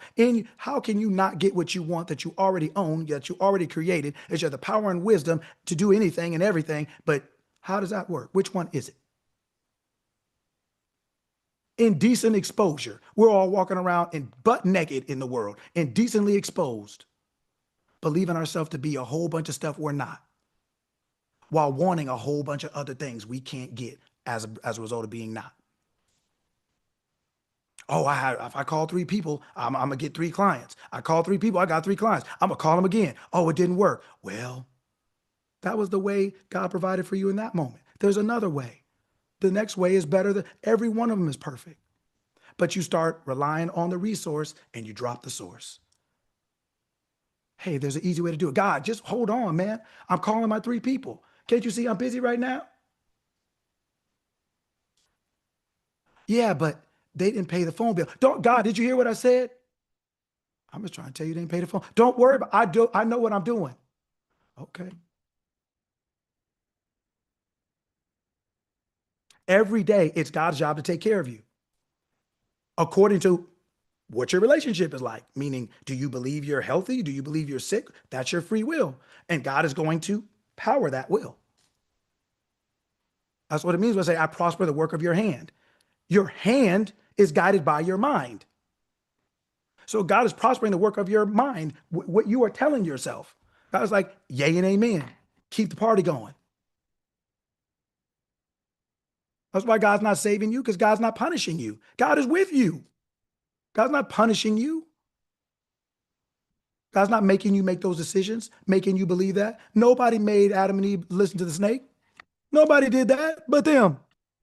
Nobody made you believe that about yourself but you. You decided to accept that. You decided to believe that about yourself. And now you out here indecently exposed. We got to change it. And we can change it. Choose this day who you serve. What do you want to be today? What do you want this second to be for you now? What are you going to start telling yourself now? Let's just say it's the beginning of earth. Let's say today is brand new. This second is brand new. That's actually true. Let's just do it like God did it. Okay, we're in the dark. We don't have light. We don't have something we want. We're in the dark. What do we do now? My newest new friend, Tamika, what do we do now? We're in the dark. We are in the, so let's just say we are creating our life. Just like God created the earth in Genesis, we are now Genesis. We're in the beginning. That's what the root gene means. Genesis, gender, gene means beginning. So in the beginning, God was in the dark. But God always knows there's light. God's just in the dark right now. So God doesn't panic about being in the dark because God knows there's light. So there's beginning. So now we're in the beginning. We have a new second right now. We're going to create something. So what do we do, Tamika? We create How do we do that? with our heart and mind and just knowing who we are. Your heart and mind knowing who you are. Okay. And so you choose something, right? So with your heart and your mind, you choose. With your heart and your mind, you choose. What is after that? What is the word after that comes after that? With your heart and your mind, you make a choice. As a result of your heart and mind making a choice, that is called a decision. Decision. I don't know. A decision. Okay. A decision is different than a choice. A decision means with your heart and mind, you made a choice. A choice means you select from multiple options from at least more than one thing. You have to have at least more than one thing. If it's only one thing, you don't have a choice. So our choice means to select from more than one thing. So with your heart and mind, you selected something. But realize with your heart and mind, you selected. So now you're making a decision. That means you're making a commitment. That means a decision means desidere, Latin word. It means to cut off everything opposite of that. So with your heart and mind, you made a decision to be a millionaire. That means you cut off every other alternative that is not a millionaire to you. The way you think, the way you talk, the way you walk, the way you act, whatever that means to you. You are being that, whatever that is to you. You're not making it happen. It's already so. You're not trying to figure out how to be it. You already are. You have decided that that is who you are and you're not anything else. And you don't let the snake finesse you out of the decision you made with your heart and mind. You don't let your bank account say, well, maybe not. You don't let somebody come to you like, girl, you still talking that? You don't let not feeling well. You don't let somebody making you mad. You don't let traffic. You don't let your boss or your this or your that. You don't let anything outside of you disrupt, interrupt, change your internal agreement. Nothing on the outside touches what you decided on the inside. If you can do that, you can have anything.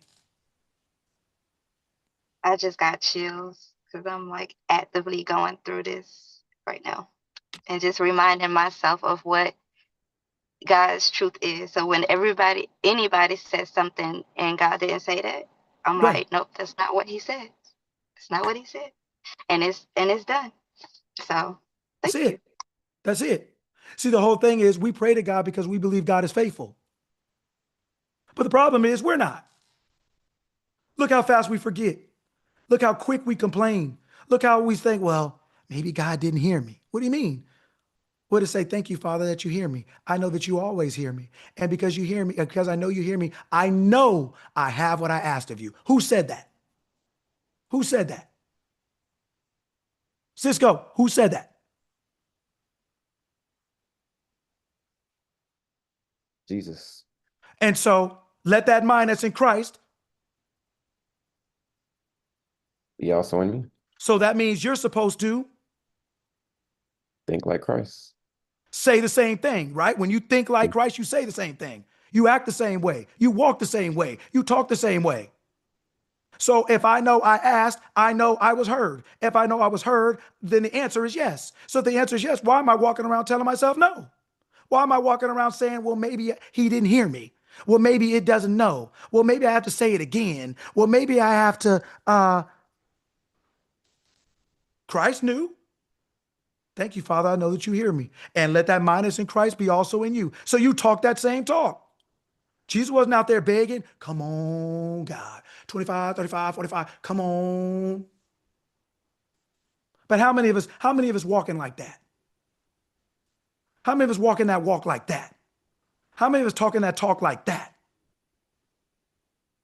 It's hard to walk that walk when you're looking at the outside. You have to walk on the outside from the inside. I know what I said, and I know I was heard. And I know that whatever I desire when I pray, believe I have received it. Well, you believe you have received. I would believe it if I ask God for something, I believe I have received it. God's not a man that I should lie, nor a son of man that I should repent. And I know God got it. So then if I know God got it, I know God heard me. And what did it say, son, all that I have is yours. All that I have is yours. And I know, well, then I'm going to let Leon talk me out of it. I'm going to let Barbara talk me out of it, finesse me out here, got me out this garden butt naked listening to a snake, and the snake ain't accountable. Snake gone. Took you out your stuff and gone. Look what we're doing to ourselves. We're doing this to ourselves. We look around, where's God? God looking around like, where are you? What you mean, where am I? Where are you? You're the one that looked at your bank account and was like, oh, well. You're the one that looked at this and was like, oh, hell. You're the one that did that. You left me.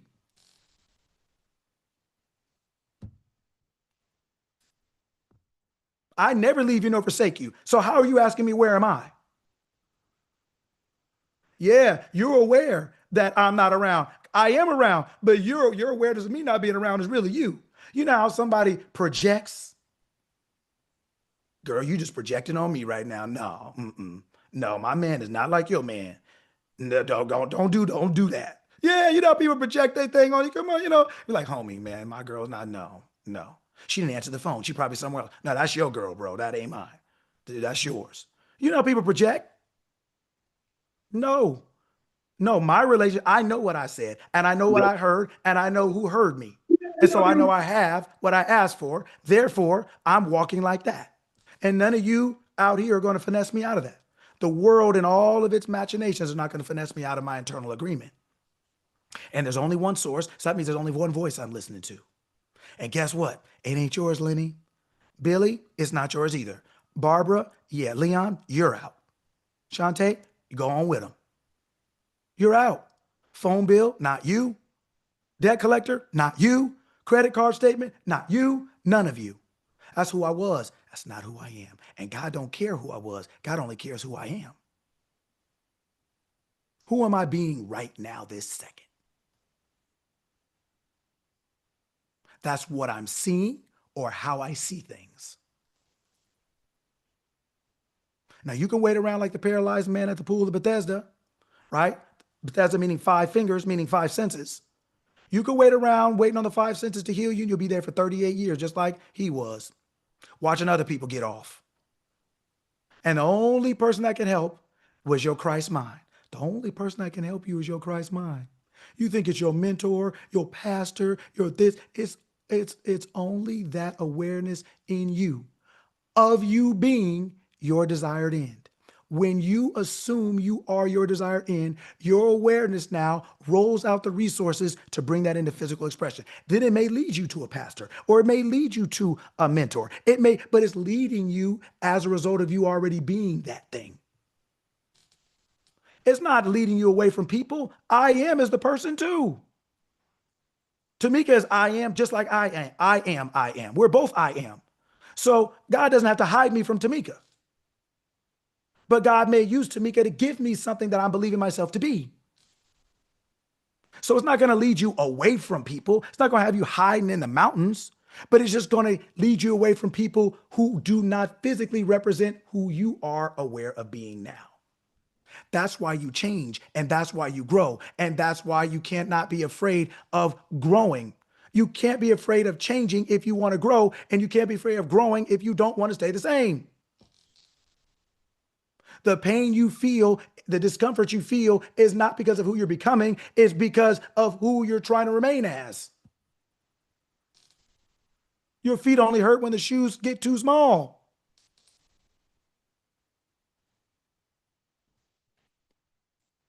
Let that same mind that's in Christ be also in you. Let there be light. Today, from this moment, there's only one source, so there's only one voice. There's only one source, one voice, one person listening, one person speaking, one person hearing, one person requesting, and one person granting. All of those are in you as you.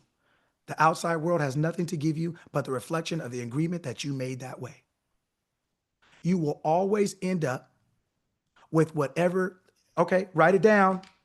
Get your pens back out. The real ones, not the magic ones.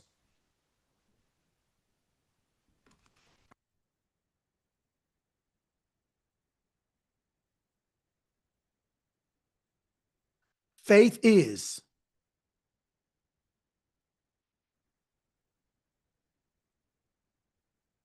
whatever I say and think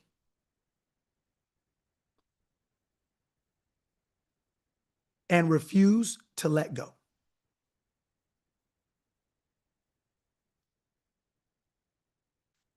That's what faith is in street terms. So you can understand it on Tuesday.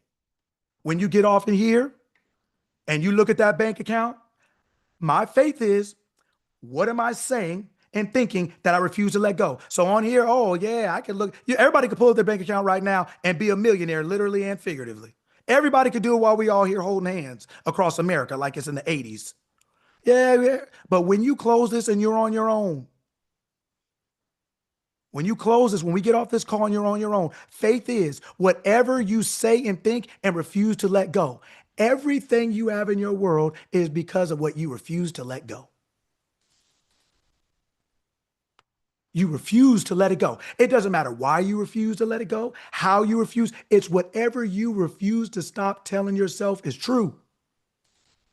It's hard out here. Nobody wants to rent my stuff. Oh, the economy is bad. You know, my stuff doesn't sell in the summer. It's, oh, people don't want to pay me. They don't want to pay me. I got to sell them. I got to always be closing. They got to see me 7 times. I got to build trust. It takes 2 to 5 years to make money. People don't really want, oh, yeah, how can I sell something? Yeah, it's hard to sell something to people. It's hard to sell something to people that they don't want. But they never told you they didn't want it. People who told you about selling, telling you they don't want it. That's why they try to get you to do all these tricky things to sell something to people that they don't want. But you don't even meet that person. You don't know they don't want it. But you're already operating the assumption that they don't want it. Everybody tells you how to sell something. Nobody talks about the seller. Who are you? I'm a great success. If I want to sell, somebody wants to buy. And if I want to sell today, somebody's buying today. What did it say? My awareness will give me the play and lead me right to the person who wants it. Everybody will be happy to see me when I'm coming instead of jumping over the couch, closing the shades, closing the door, turning all the lights off when I show up. Faith is whatever you say and think that you refuse to let go. What do you tell? Look around. That's what you refuse to let go. If you refuse to let go of life being hard, you refuse to let go of, you have to work and earn, you refuse to let go of grinding, you refuse to let go of being worthy, you refuse to let go of being an imposter and having imposter syndrome, you refuse to let go of depression, you refuse to let go of anxiety, whatever you refuse to let, that's your faith. And it's according to your faith, be it unto you.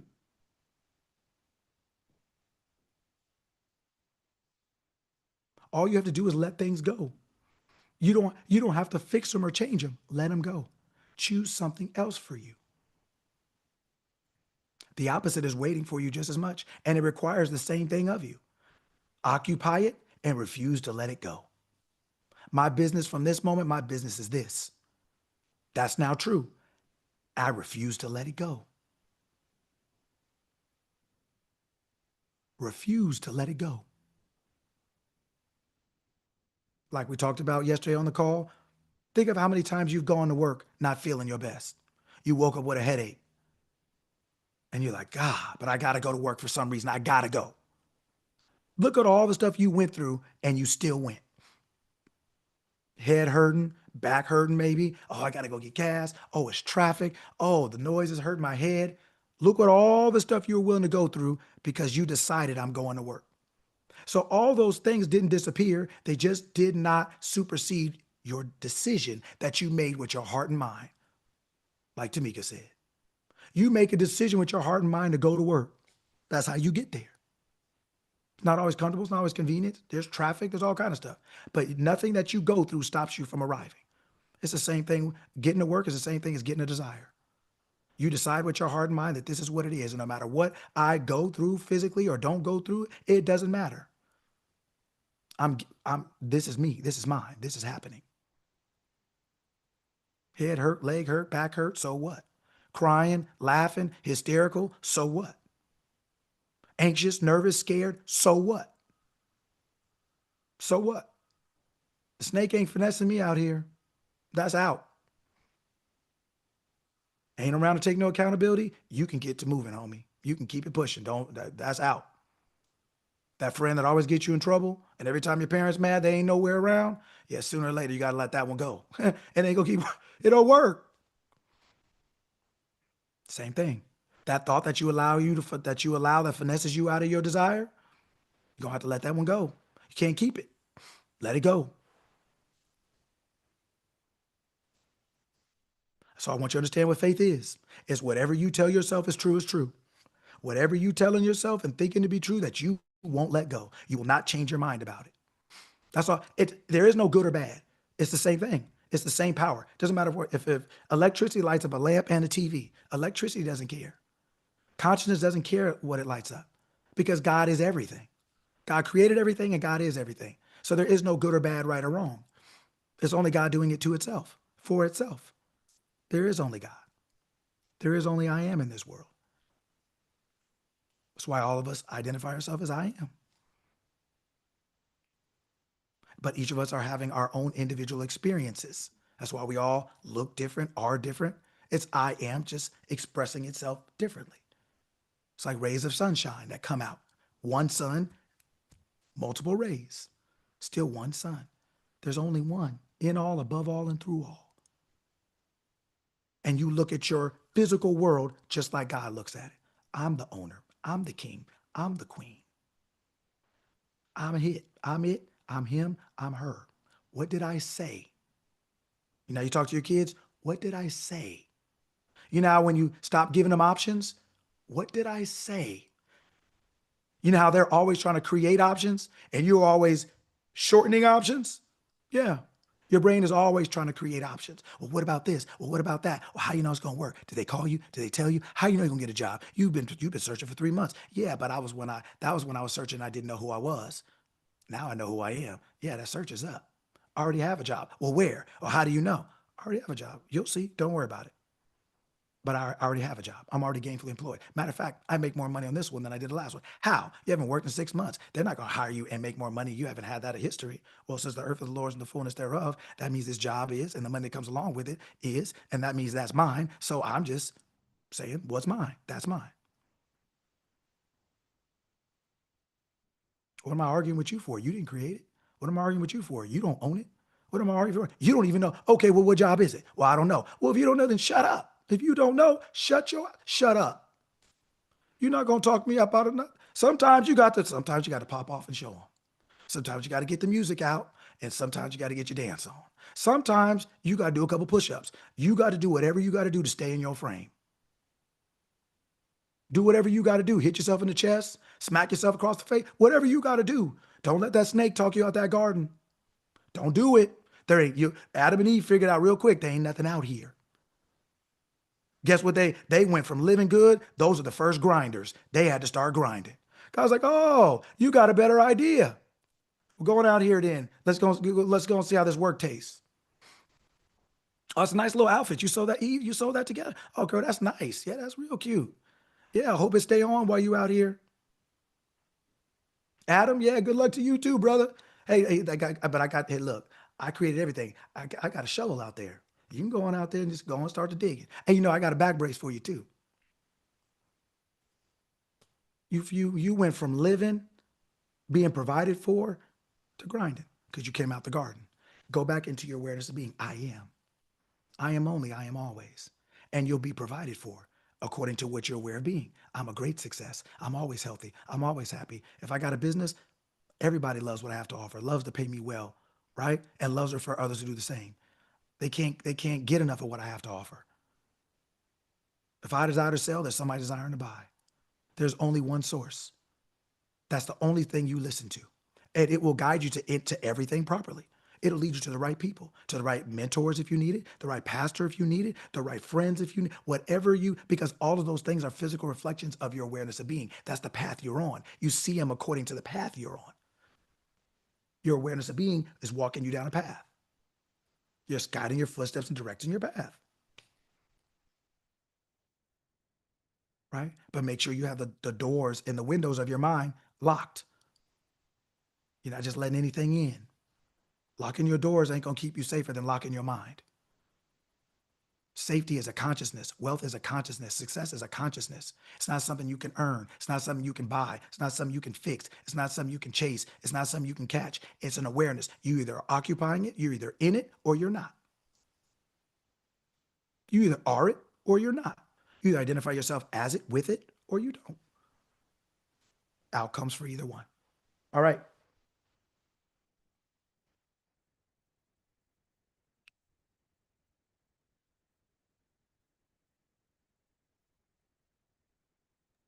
Go Bailey. Yes. Good morning, family. Morning. Coach, thank you for this message this morning. I didn't see the text, not the text, the email this morning, and Gavin reminded me that we were going to be doing the class today at 6 this evening. And so I'm just like, oh, okay, no problem. You know, we get on with the day. And it's on his computer and he's like, Mom, Coach is live on YouTube. And so I'm like, oh, snap. So it's next Saturday. Yes, next Saturday. Cool. Thank you again for just the ambition and the enthusiasm in the message, because even though, like we've said over and over again, it's a similar message. The message is the same. It's always delivered uniquely and with this dope passion, and it makes sense every week. It makes sense. So thank you so much for the call today. The part that I was able to, get into, it was dope. Yet again, thanks, Coach. Thank you. Thank you. Good. Thank you always for coming. It's always good to hear from you. Tell the kids I said hello. For sure.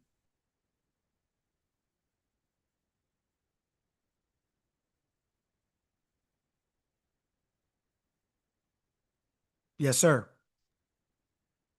Hey, great morning, everyone. A lot of faces I recognize, some new faces, but good to see y'all. Coach, great message today. Glad to be, hearing you speak. Glad to be hearing, you're one of the people that I really look up to. I think that you really have a heart for the people. You care more about other people than you do yourself. And just being here today just is reinvigorating me, is reminding me about who I am. My biggest takeaway today is everything I want is waiting on me to remember who I am. Yes, sir. So I have to act accordingly. I think that's what's the missing part, is knowing that I am and acting accordingly to that. I have a lot of takeaways from today. Don't want to take up too much time, but definitely am excited, and I'm looking forward to seeing y'all next month too, by the way. Yeah. And man, when we come, it's gonna be great. But Yeah. dude, I don't care if we hang out in the hotel lobby, just to laugh and chill, bro. Like, it'd just be good to see you. That's the most important thing, Yeah. so we don't have to make no big deal out of it. I'm slow motion. It's all good, but just to see you, that's what I care about the most. So yeah, man, just, we'll catch up, but dude, we can just chill. It's all good. I just want to see you and All catch good. up. All good. Thanks, Coach. Yes. And to his point, everything is waiting on us. We just have to remember it's a lifestyle. It's a lifestyle. This is not, that's why I rant and rave. This is not something I live for 2 minutes or 2 hours and make it look good. And then it's a lifestyle. This is something, it is a mindset. It's a state of mind. It's a way of living every day in every way with everything. And it takes practice. There's certain, just like subjects in school, there's certain things that you feel naturally better at, that are things that are just naturally easier to you to believe or think or follow. That's just based on experiences and history and our personalities and things like that. And there's other things that you have to study a little bit harder, that you have to kind of keep coming back to, right? But that whole report card represents you. Your life is like a report card. Every area of your life is a reflection of you. It's your report card. And there's some classes that are easier. There's some you have to put a little more into. But what is your overall GPA? What is your overall life point average? What is it? Right? That's up to you. And so this is a lifestyle. This is a way of living every day, every way, and everything. And we make the mistake when we separate ourselves, when we think like, oh, I can just think like this over here, but I got to think like this over here. No, it's every day and every way and everything. Right? And that when we understand that, then that is because what it say, you can't be double-minded. Double-minded man, a double-minded mind is unstable in all its ways. Let it not think it'll receive anything. You can't sit there with God and be like, God, I want to be rich, and then go out and be like, man, it's sure hard out here. I never have enough. Can't do that, right? So things like that. So yes, it is a lifestyle. It is something that has to be done every minute of every day. I'm not talking about and worried or nervous or like weird. I'm just saying just the remembrance of who you are. What does it take to remember who I am every moment so that I deal with things as who I am? I deal with things. Everything is coming from here. And that just takes practice. And we all come up and go down, but but we're learning, right? As far as we're remembering who we are and we're learning to apply who we are all the time in every area of life. Right? And that never changes. There's just, we get over certain humps, so to speak. So now you're a millionaire and making 2 million and the photo booth is, licensed in 50 states and every carnival got one. And then guess what? You better remember who you are then too. Because now first, I'm gonna say it this way. First you worry about the money, then you're gonna worry about keeping the money. And both of them take the remembrance of who you are. Right? So it never ends. It's always going to be something next. But that's just because I am is all there is. I am is all that is. And all we're doing is consistently rising. Right? So it's a lifestyle that never ends. Right? So keep on doing it. Yes. Awesome. Ronette? Okay, good morning. Morning.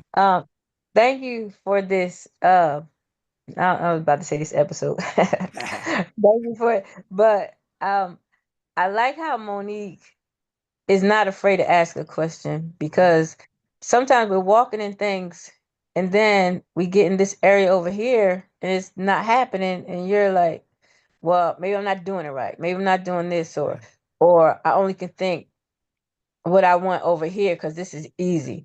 And then when she said that about her bank account, I understand 100%. And like, why can't we be honest enough to ask the right questions so we can get the right answers?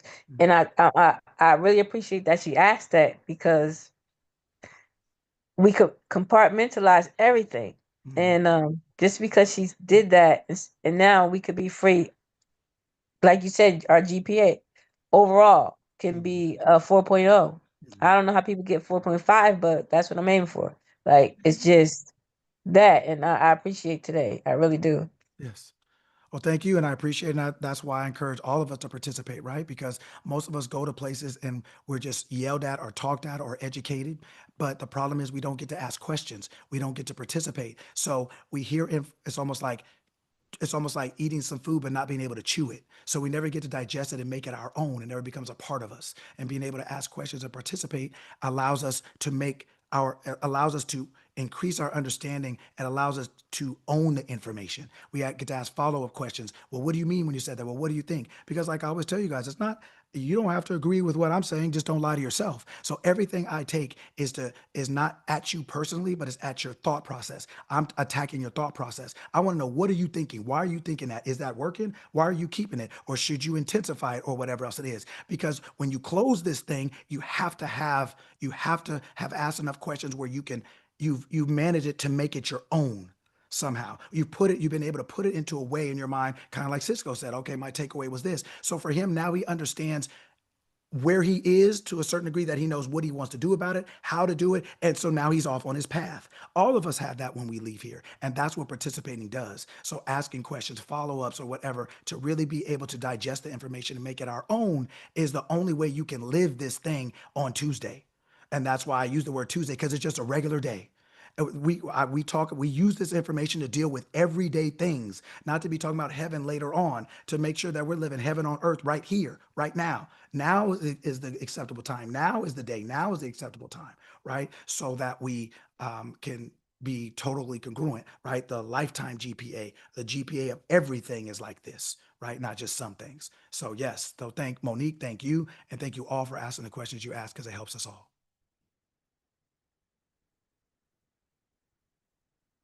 Okay, up next is Tamika. Come on up, amiga.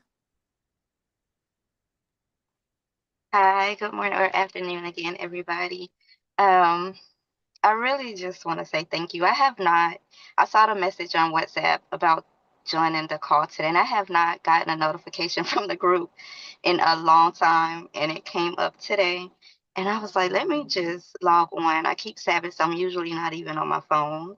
And I logged on, and I'm so glad I did. You even made me speak in front of people, and I don't even do that. Like, I always kind of shy away. But I am in a space in my life, like I said, I'm always like, okay, what did God say? And then you always, then you just said about wavering.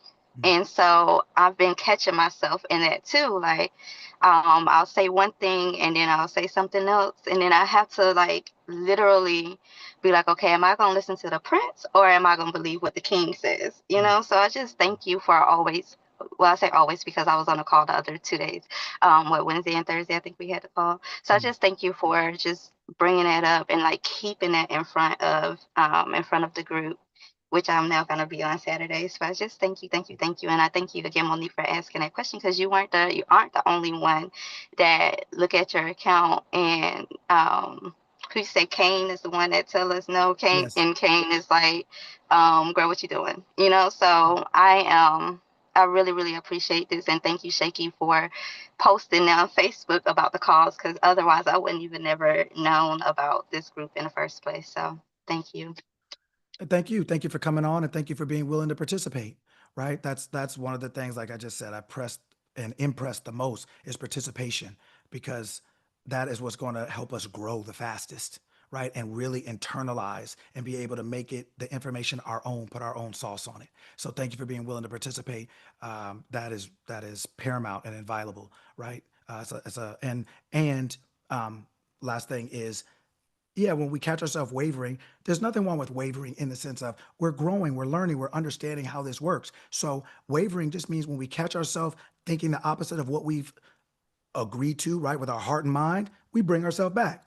Oh, I'm starting to, nope. Oh, I'm starting to, nope. No, I'm not going to, nope.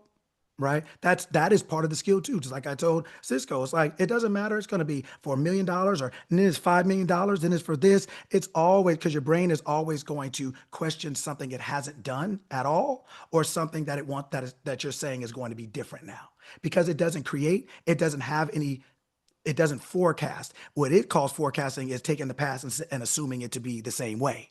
That's not forecasting as far as it, because it doesn't create. It is forecasting, but based on the history, but it still doesn't create. So it uses the past. So it always wants to keep you in the past, right? Present, past. It doesn't go present, future. I am goes present, future.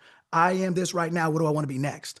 The brain is like, I am this right now. What have I been? That's why changing for the brain is so hard, right? So us conversing and us sharing, like Auntie Shaky said on the Wednesday, Thursday call, these are conversations. I may talk the most, but the reason we go back and forth and ask questions, and because these are conversations so that we can all digest the information from where we are, where we stand, where we sit right now, put our own sauce on it, our own understanding of it, and then go out in the world and live it. Live as the Christ that we're supposed to live, right? The power and wisdom in flesh, right? The word made flesh, right? That's who we are. So, so thank you for coming on. Look forward to seeing you more.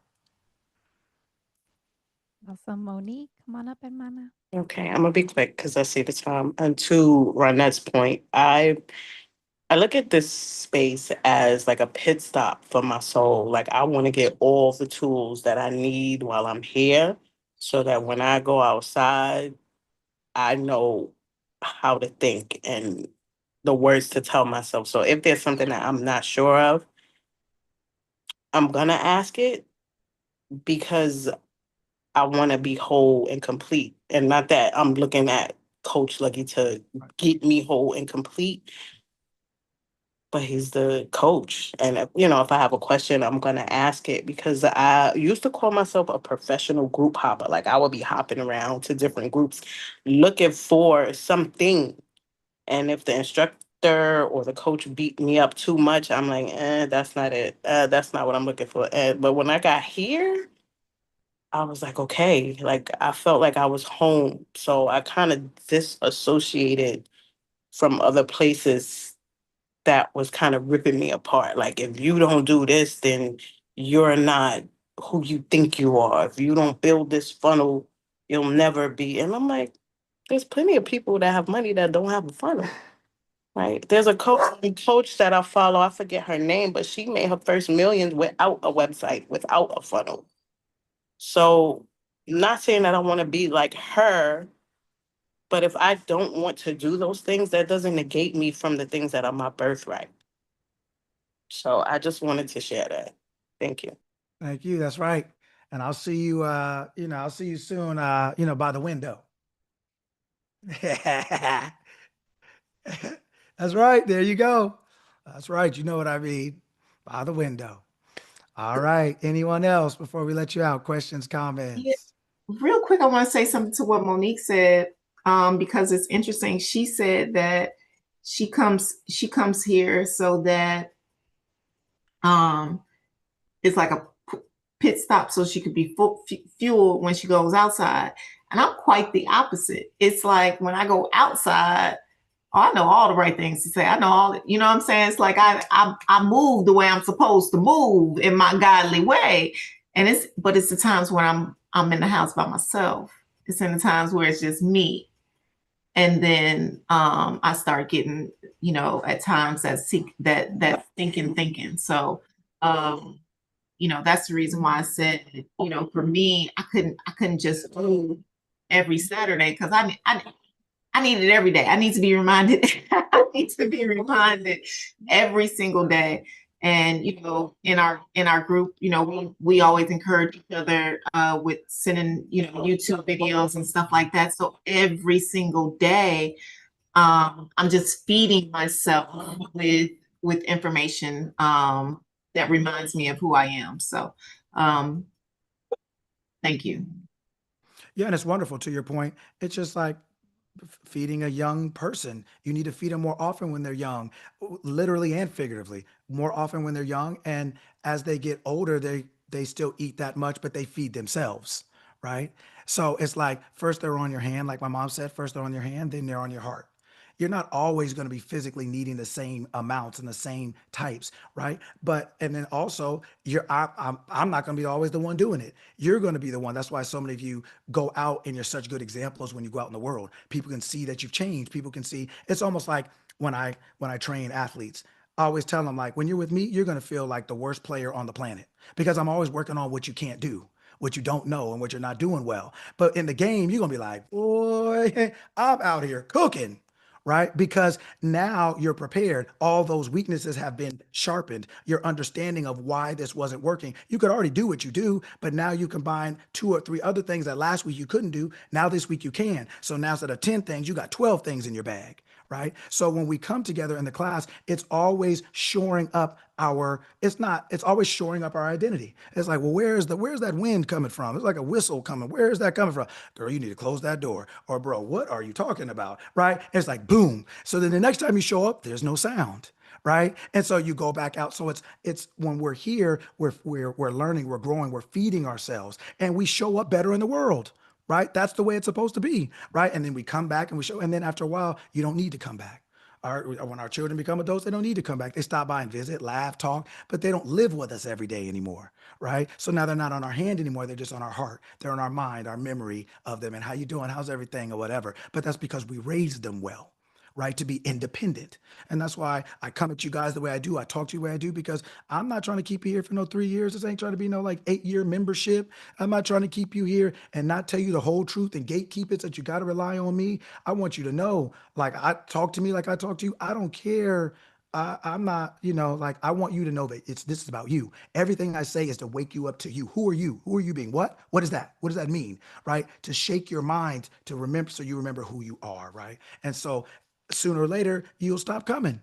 You'll be like, okay, I don't need that anymore. It's not that it was bad, but it was just like, okay, right? And now I'm in a different place, right? And that's the way it's supposed to be. And every time you'll think of this group, you'll be like, man, dude, that was cool. And you stop by like a freshman in college going back to high school, right? You don't need it. You graduated from that, but you come by and like, what's up to so-and-so or your teacher. You appreciate the experience, right? Because you were raised in it and it allowed you to grow up and grow out, right? And all that stuff. So yeah, all of us are not going to be here forever, and you shouldn't be. Otherwise, I'm going to say it this way, I'm not doing my job. I'm not telling you who you are. I'm telling you a little bit, and you need to rely on me. And if you don't stop coming, nah, man, no. That's why I talk to you the way I talk, because I don't need you.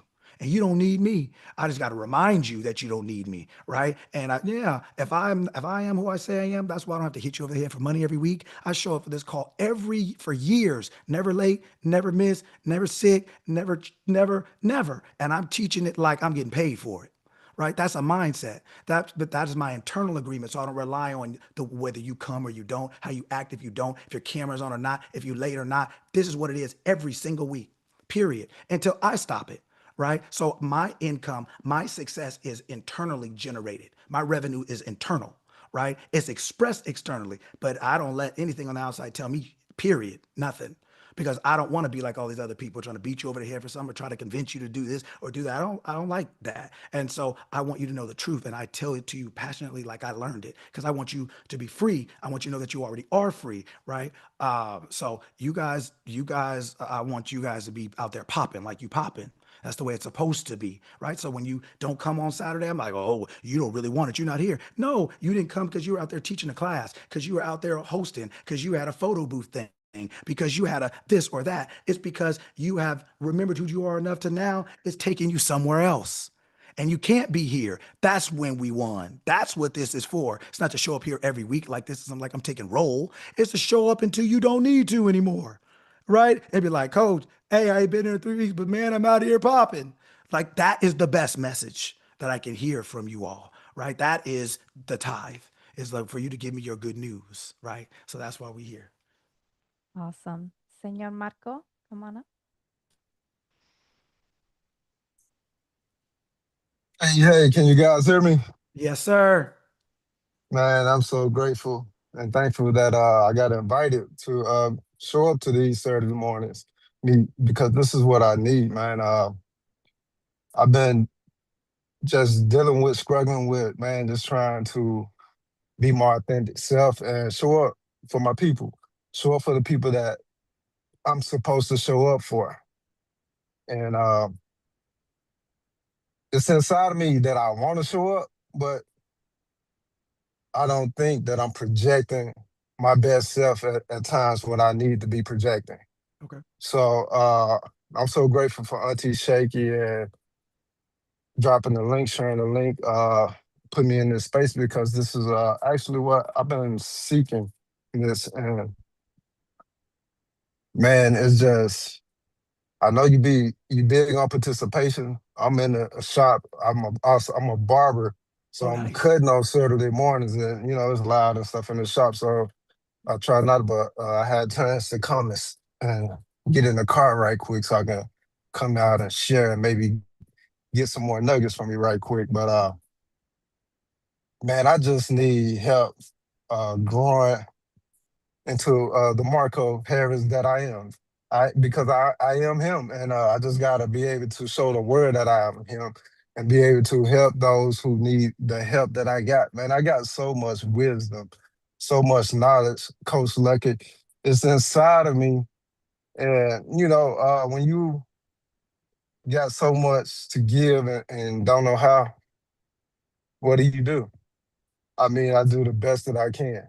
That's what I'm doing. I do the best that I can, but the way you frame the I am that I am is also, it's kind of helping me think, rethink my thoughts and the way I need to move, the way I need to behave and act, said, as see myself as that entrepreneur that I am, that leader that I am, that father that I am, that fun guy, that fitness guy, that cool guy that I am. So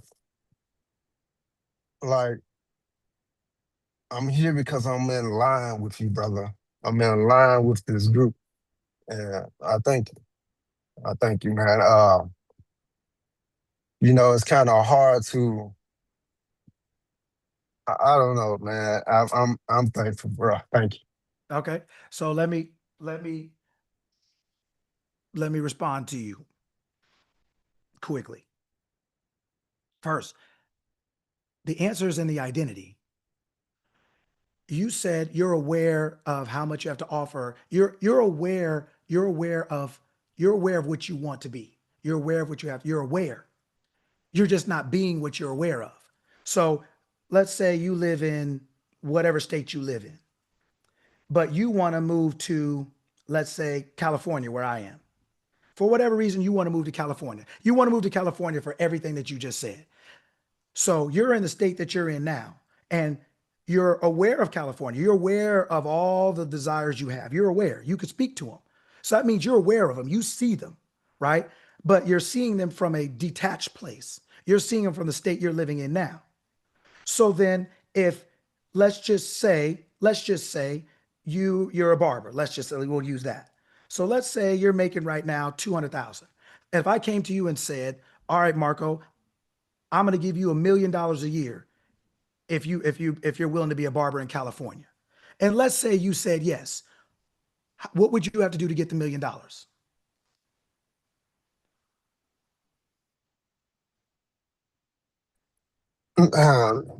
The question was, if I move to California? Yes. If let's just say right now you're making $250,000 being a barber. Let's just say. And I said to you, Marco, man, you cut my hair so good. I think you could have crazy business out here. I'll give you $1 million if you move to California and start being a barber. And you were like, all right, bet. So what would you have to do to get the $1 million? Move to California. See how easy that is? All you have to do is move. All you have to do is start identifying yourself as the person you keep wanting to be. You keep wanting to be because you're not being. But you're not being because you're looking at the state you want to be, but for whatever reason, you're not willing to move. You're not willing to allow yourself to, you're not willing to see yourself that way. You're aware of what you can be, but that you're not willing to see yourself as that for whatever reason. I don't know you well enough to know why that is, if that's kind of what the groups and the one-on-ones are for. But on Saturday, I would have to ask you more questions. But I'm telling you, for whatever reason it is, you're unwilling to move to California. The $1 million exists. Everything that you described yourself as is a real thing. That's why you can describe it. But for whatever reason, you're unwilling to identify yourself as that thing. You're waiting for whatever reason. Maybe it's your past. Maybe it's, I don't know. But that is why you're not showing up that way. You can't show up as someone you're not. You can only show up as yourself. All you have to offer is yourself. So the self of you right now is something, but it's not that.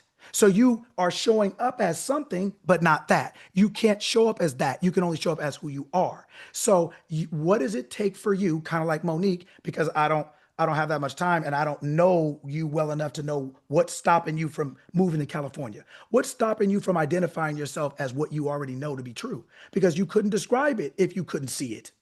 You couldn't describe it. So it's already true. You're aware. You're just unwilling. You're unwilling to identify yourself as that, to occupy it. So you're window shopping in a sense.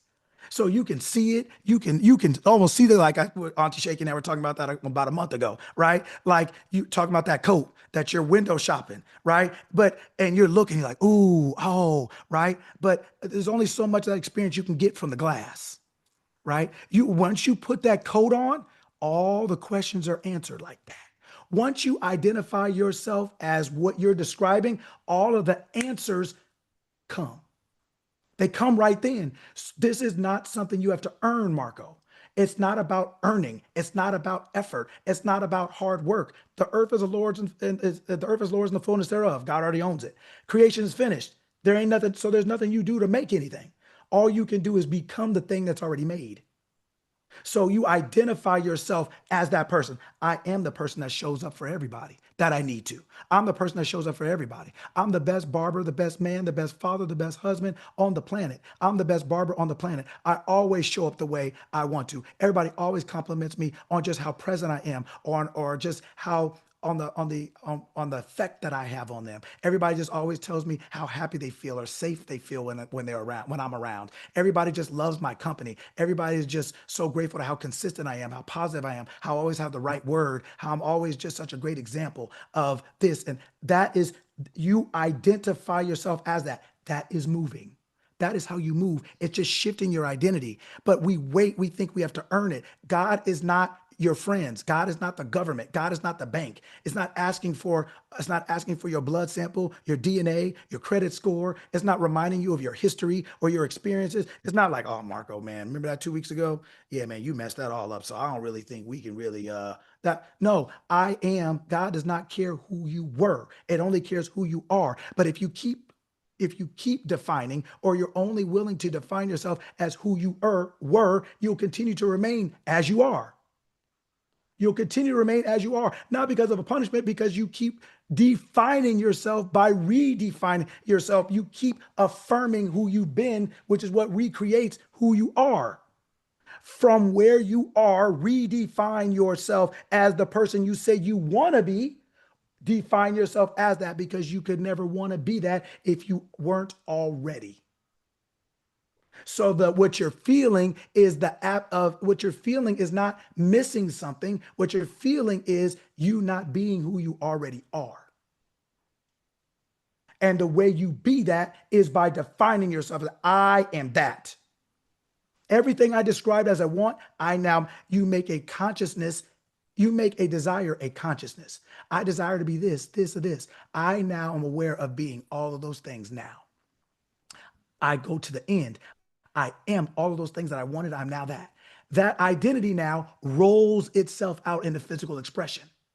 It has ways and means you know not of. It's already a self-contained package. This Marco ain't going there. That Marco you are right now will die, will cease to exist as you know it. And so your brain wants to keep you as that Marco because it's the only thing it knows. And you have to be willing to say, hey, man, I appreciate you. I got you here like a relay race. I got you. I appreciate it. But now I got to take the baton and run this last leg. Right? So now I am this. That Marco that you are stops existing because now you've pulled the plug out of it. You've animated the new Marco. I am the Marco. And you define yourself like Tamika said. You start defining yourself as this. I'm no longer that. I'm not going back anymore.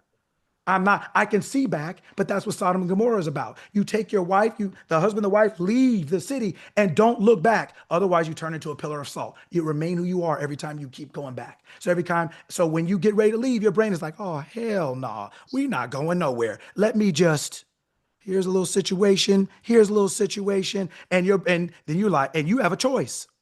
Am I going to keep leaving Sodom and Gomorrah, or am I going to let those things distract me and turn me back? But what to say? Press on toward the mark for the prize of the high calling of God in Christ Jesus. Put your hand to the plow and don't look back. You take that new identity, it's you. You haven't experienced it yet, but it's you. Your desire, it doesn't need your help. It just needs your permission. Move to California. I am that. That is moving. As soon as you identify yourself as that, you are that dude now. Now you start talking to yourself like I'm that dude. Oh yeah, I show up for everybody. I'm always present. I show up for whoever I need. Whatever you want, you are that. You don't want it anymore, you are it. And that old you will die. And it will try to keep your attention. Whether like they be talking about, whether it's your bank account, somebody talk crazy to you, it'll do whatever it takes. It will Mike Tyson it will come at your throat to get you, because it dies and it doesn't want to do that. But you have to realize, hey man, I ain't mad at you, but I ain't mad at you. Tupac, I ain't mad at you, but. Right? And, Sir. and your identity will roll itself out. You'll act different. It won't even be something you try to do. You'll just act different. You'll see things differently. You'll cut different. Everything you do will be different because you're different. You can do a lot of the same things and you'll do some new things, but whether they're new things you're doing or old things you're doing, they'll be done differently because you're a different you. Yes, sir. Appreciate that, brother. Thank you. So Thank you good. for coming, man. So I good. appreciate you. Thank you for coming. Yes, sir.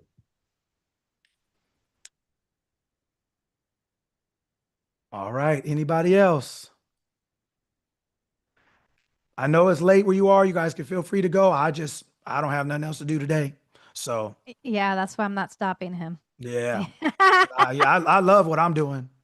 I'm doing this for me. It ain't for you. I'm doing this for me because of the way it makes me feel. You guys just benefit. And that's what happens when you use your gift. You do things for you and everybody else benefits. You'll always have the right answers. You'll always take the right photos. You'll always be, whatever you do, everyone will benefit because of you. What did it say? The joy of the Lord is your strength. I could do this all night. Popping, capping, topping the most. I even got my little throat spray ready if I need it. I'm active. I'm ready to go. Right? I'm ready to go. Right? But that's what I want for all you guys. Get in your gift. It makes room for you. Set you before kings. You'll have energy you never thought. You'll have ideas you never thought. You'll have favor you never thought. You'll have anointing you never thought. You'll be walking on water, turning water into wine. You will be parting the reed sea. You'll be doing it all. You let that same mind that's in Christ be also in you. Right? No man takes my life from me. Everything. This is how you pop. This is how you crack. Right?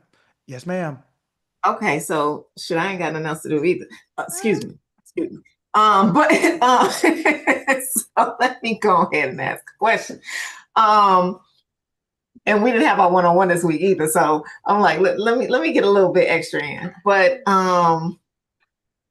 okay, you said something earlier when the call first started, and you talked about sales and stuff like that.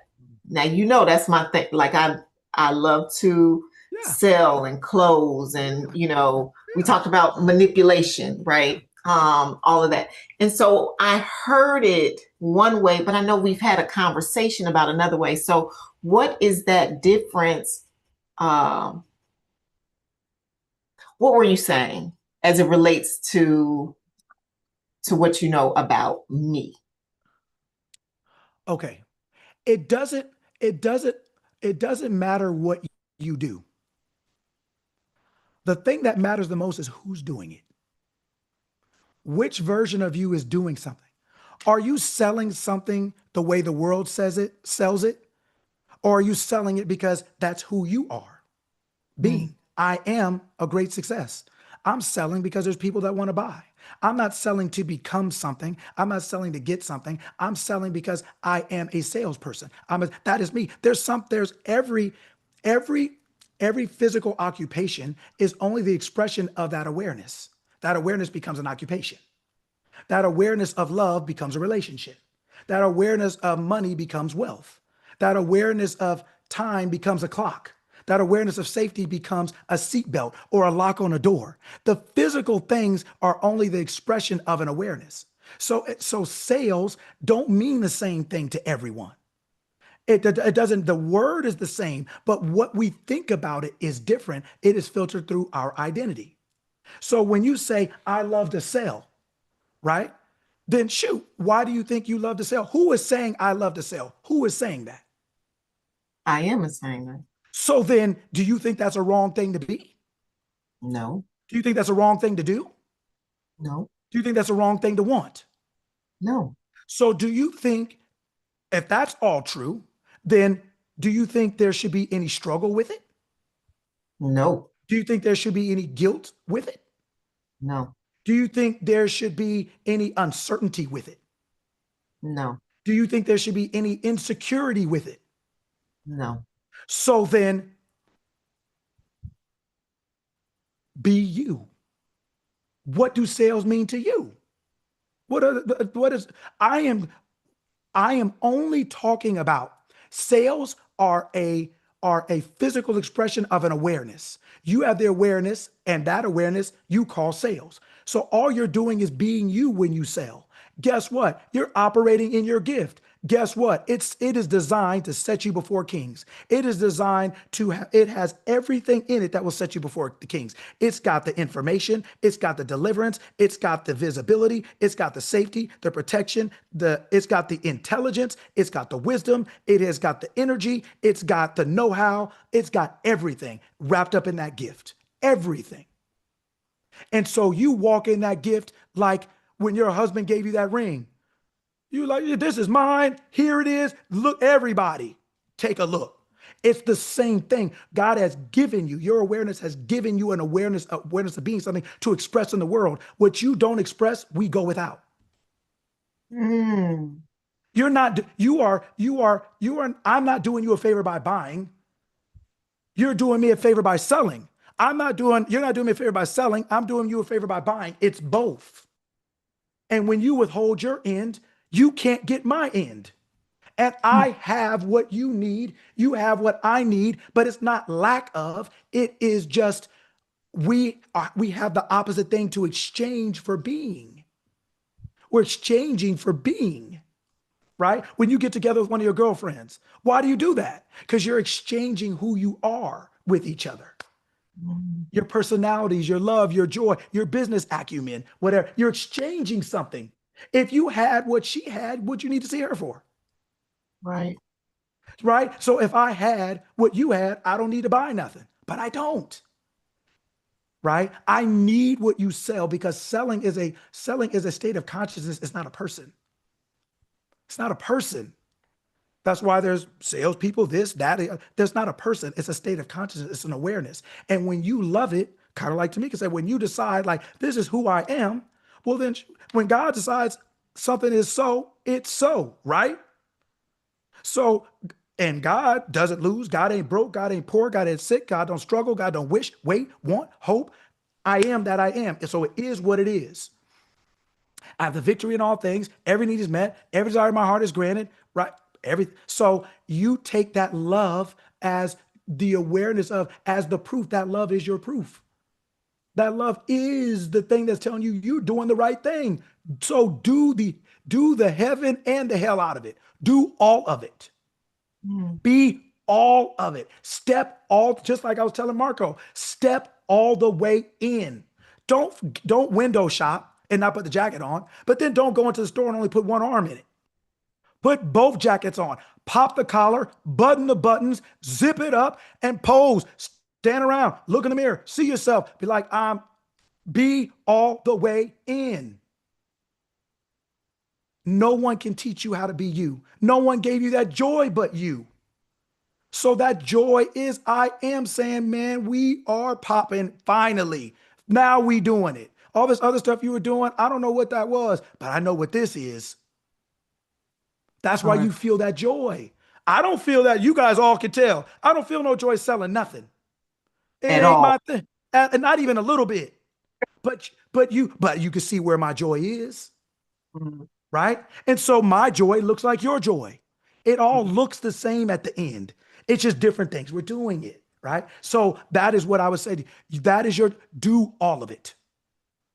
You are the best, the supreme. There is no one better, no one greater, no one compares. No one can sell nothing like you. And everybody wants what you're offering. Everybody loves the way you tell them, the way you explain it, the way you describe it. Everybody loves your energy, everything. You be it. It's already you. It's already lined up, tuned up, ready to go. Get on the rocket ship and blast off. That's good. Okay. Gotcha.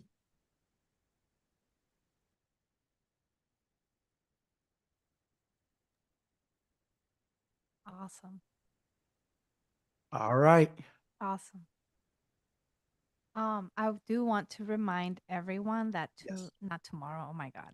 Next week, the class is going to be at a special time because Lucky has to do something with his daughter. So, fathers first. So we're going to have this session next Saturday, and I'll send an email out at 6 p.m. Eastern Standard Time. So just to adjust, it's just next Saturday. That's it.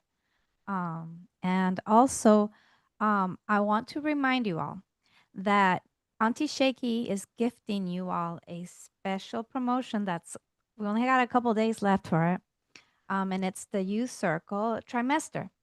Okay, so you're gonna get the group calls that we do on Tuesdays and Fridays, and then you get 2 one-on-ones per month. And this is something that she wanted to offer to her folks, so we wanted to like let everyone know here, like, hey, take advantage of this because otherwise, yeah, we wouldn't have done something like that if it wasn't for you, Auntie Shaky. So thank you for collaborating. We have so much fun doing it. I love it. There's a full payment option, and then there's a payment plan option. And this is gonna expire in a couple days. So just wanted to throw that out there. And yeah, we are on overtime. But like Lucky says, he doesn't have any other calls or training going on. So he's out here. And he's not charging us overtime. He's That's doing right. the overtime, right? No, he's But not charging us. no, this is all love here. Like he says, he shows up every Saturday. We've been doing this for years. And every Saturday he's out here like, come on, get up, let's go. So yeah. Thank you all for being here, and we'll see you all next week at 6 p.m. Eastern Standard Time. Yep. 6 to 8 your time. East Coast. Coach, like, hey, Vero, I feel like this is Michelle. I feel like when you come in July, we need to find a nice tree and sit under the tree and just have you talk to us and speak into us. Like, I need to be in the open, like in the wild. Like, I don't know. That's just a thought. Yeah. Well, I mean, The bug spray and all of that, because all that. you bring It was a moment. Shaky, you brought up my moment. I just had a moment and I visualized Coach Lucky under a tree, Just thought. You Yeah, should have like, saw geez, the doing it. visualization I had. I'm not- The hotel is so cold and informal. Trees, outside, nature. This is what this brings to me. I'm sorry. Hey, I'm all for it That, because that Saturday. sounds good. I take I'm you off. with me on my walks. I'm all for it because the Saturday class is still happening when I'm out there. Yeah. The one-on-ones won't happen when I'm out there because time gets kind of crazy and it gets kind of tricky that week but Saturday class is still happening. So it's gonna be in a hotel room like I normally do it, or it can be. So Yeah. if you guys have ideas, we're only there for a couple days, and so I don't know a whole bunch of stuff, so I don't try to complicate it. But I'll be out there like Jesus at a park, some sandals on. We could That's be what I at wanted to say, but I didn't want to say Jesus, but that's the vision I had, Coach Lucky. That's the vision I had. I'm just saying I ain't got no shame in my game. I'm all with the smoke. Anywhere we can take it. You I'm don't with wear it. flip-flops though. It's got to be the sliders. Yeah, I don't wear no flip flop. But so yeah, so if anybody has any ideas, we're open to it. We just don't. Yeah. We don't really have the We're resources. We open don't to know like what a we're doing. space if anybody knows where to go. Otherwise- And not super far from like downtown because that Atlanta traffic is not quite Right. LA, but it's It's good enough. Got my it's good attention. enough. Yeah. But otherwise, I'll be popping from the hotel room like I normally do on a Yeah. Saturday. So it ain't no thing to me. But yeah, I definitely, especially if so many of you there, it'd be cool. But so whatever. But Yeah. definitely. Awesome. All right, everybody. Well, hey, you can see I run my mouth all day. I enjoy it. Thank you all. I love and respect and appreciate you all. Thank you so much for coming. Next week, it'll be 6 to 8 year time. And then after that, we'll go back to the normal. And invite anybody you want. That's what we're here for. But we practice. Time to go out there and play. Step into who you choose to be, and don't let the snake talk you out of finesse you out your stuff. Right? This is all for you. And that's right. Sell it all. Sell it hard. Do it. I mean, it's easy work. Right? Be you. Step in and be you, and it's easy work. Your yoke is easy, burdens light. Guaranteed success. All right. Awesome. Happy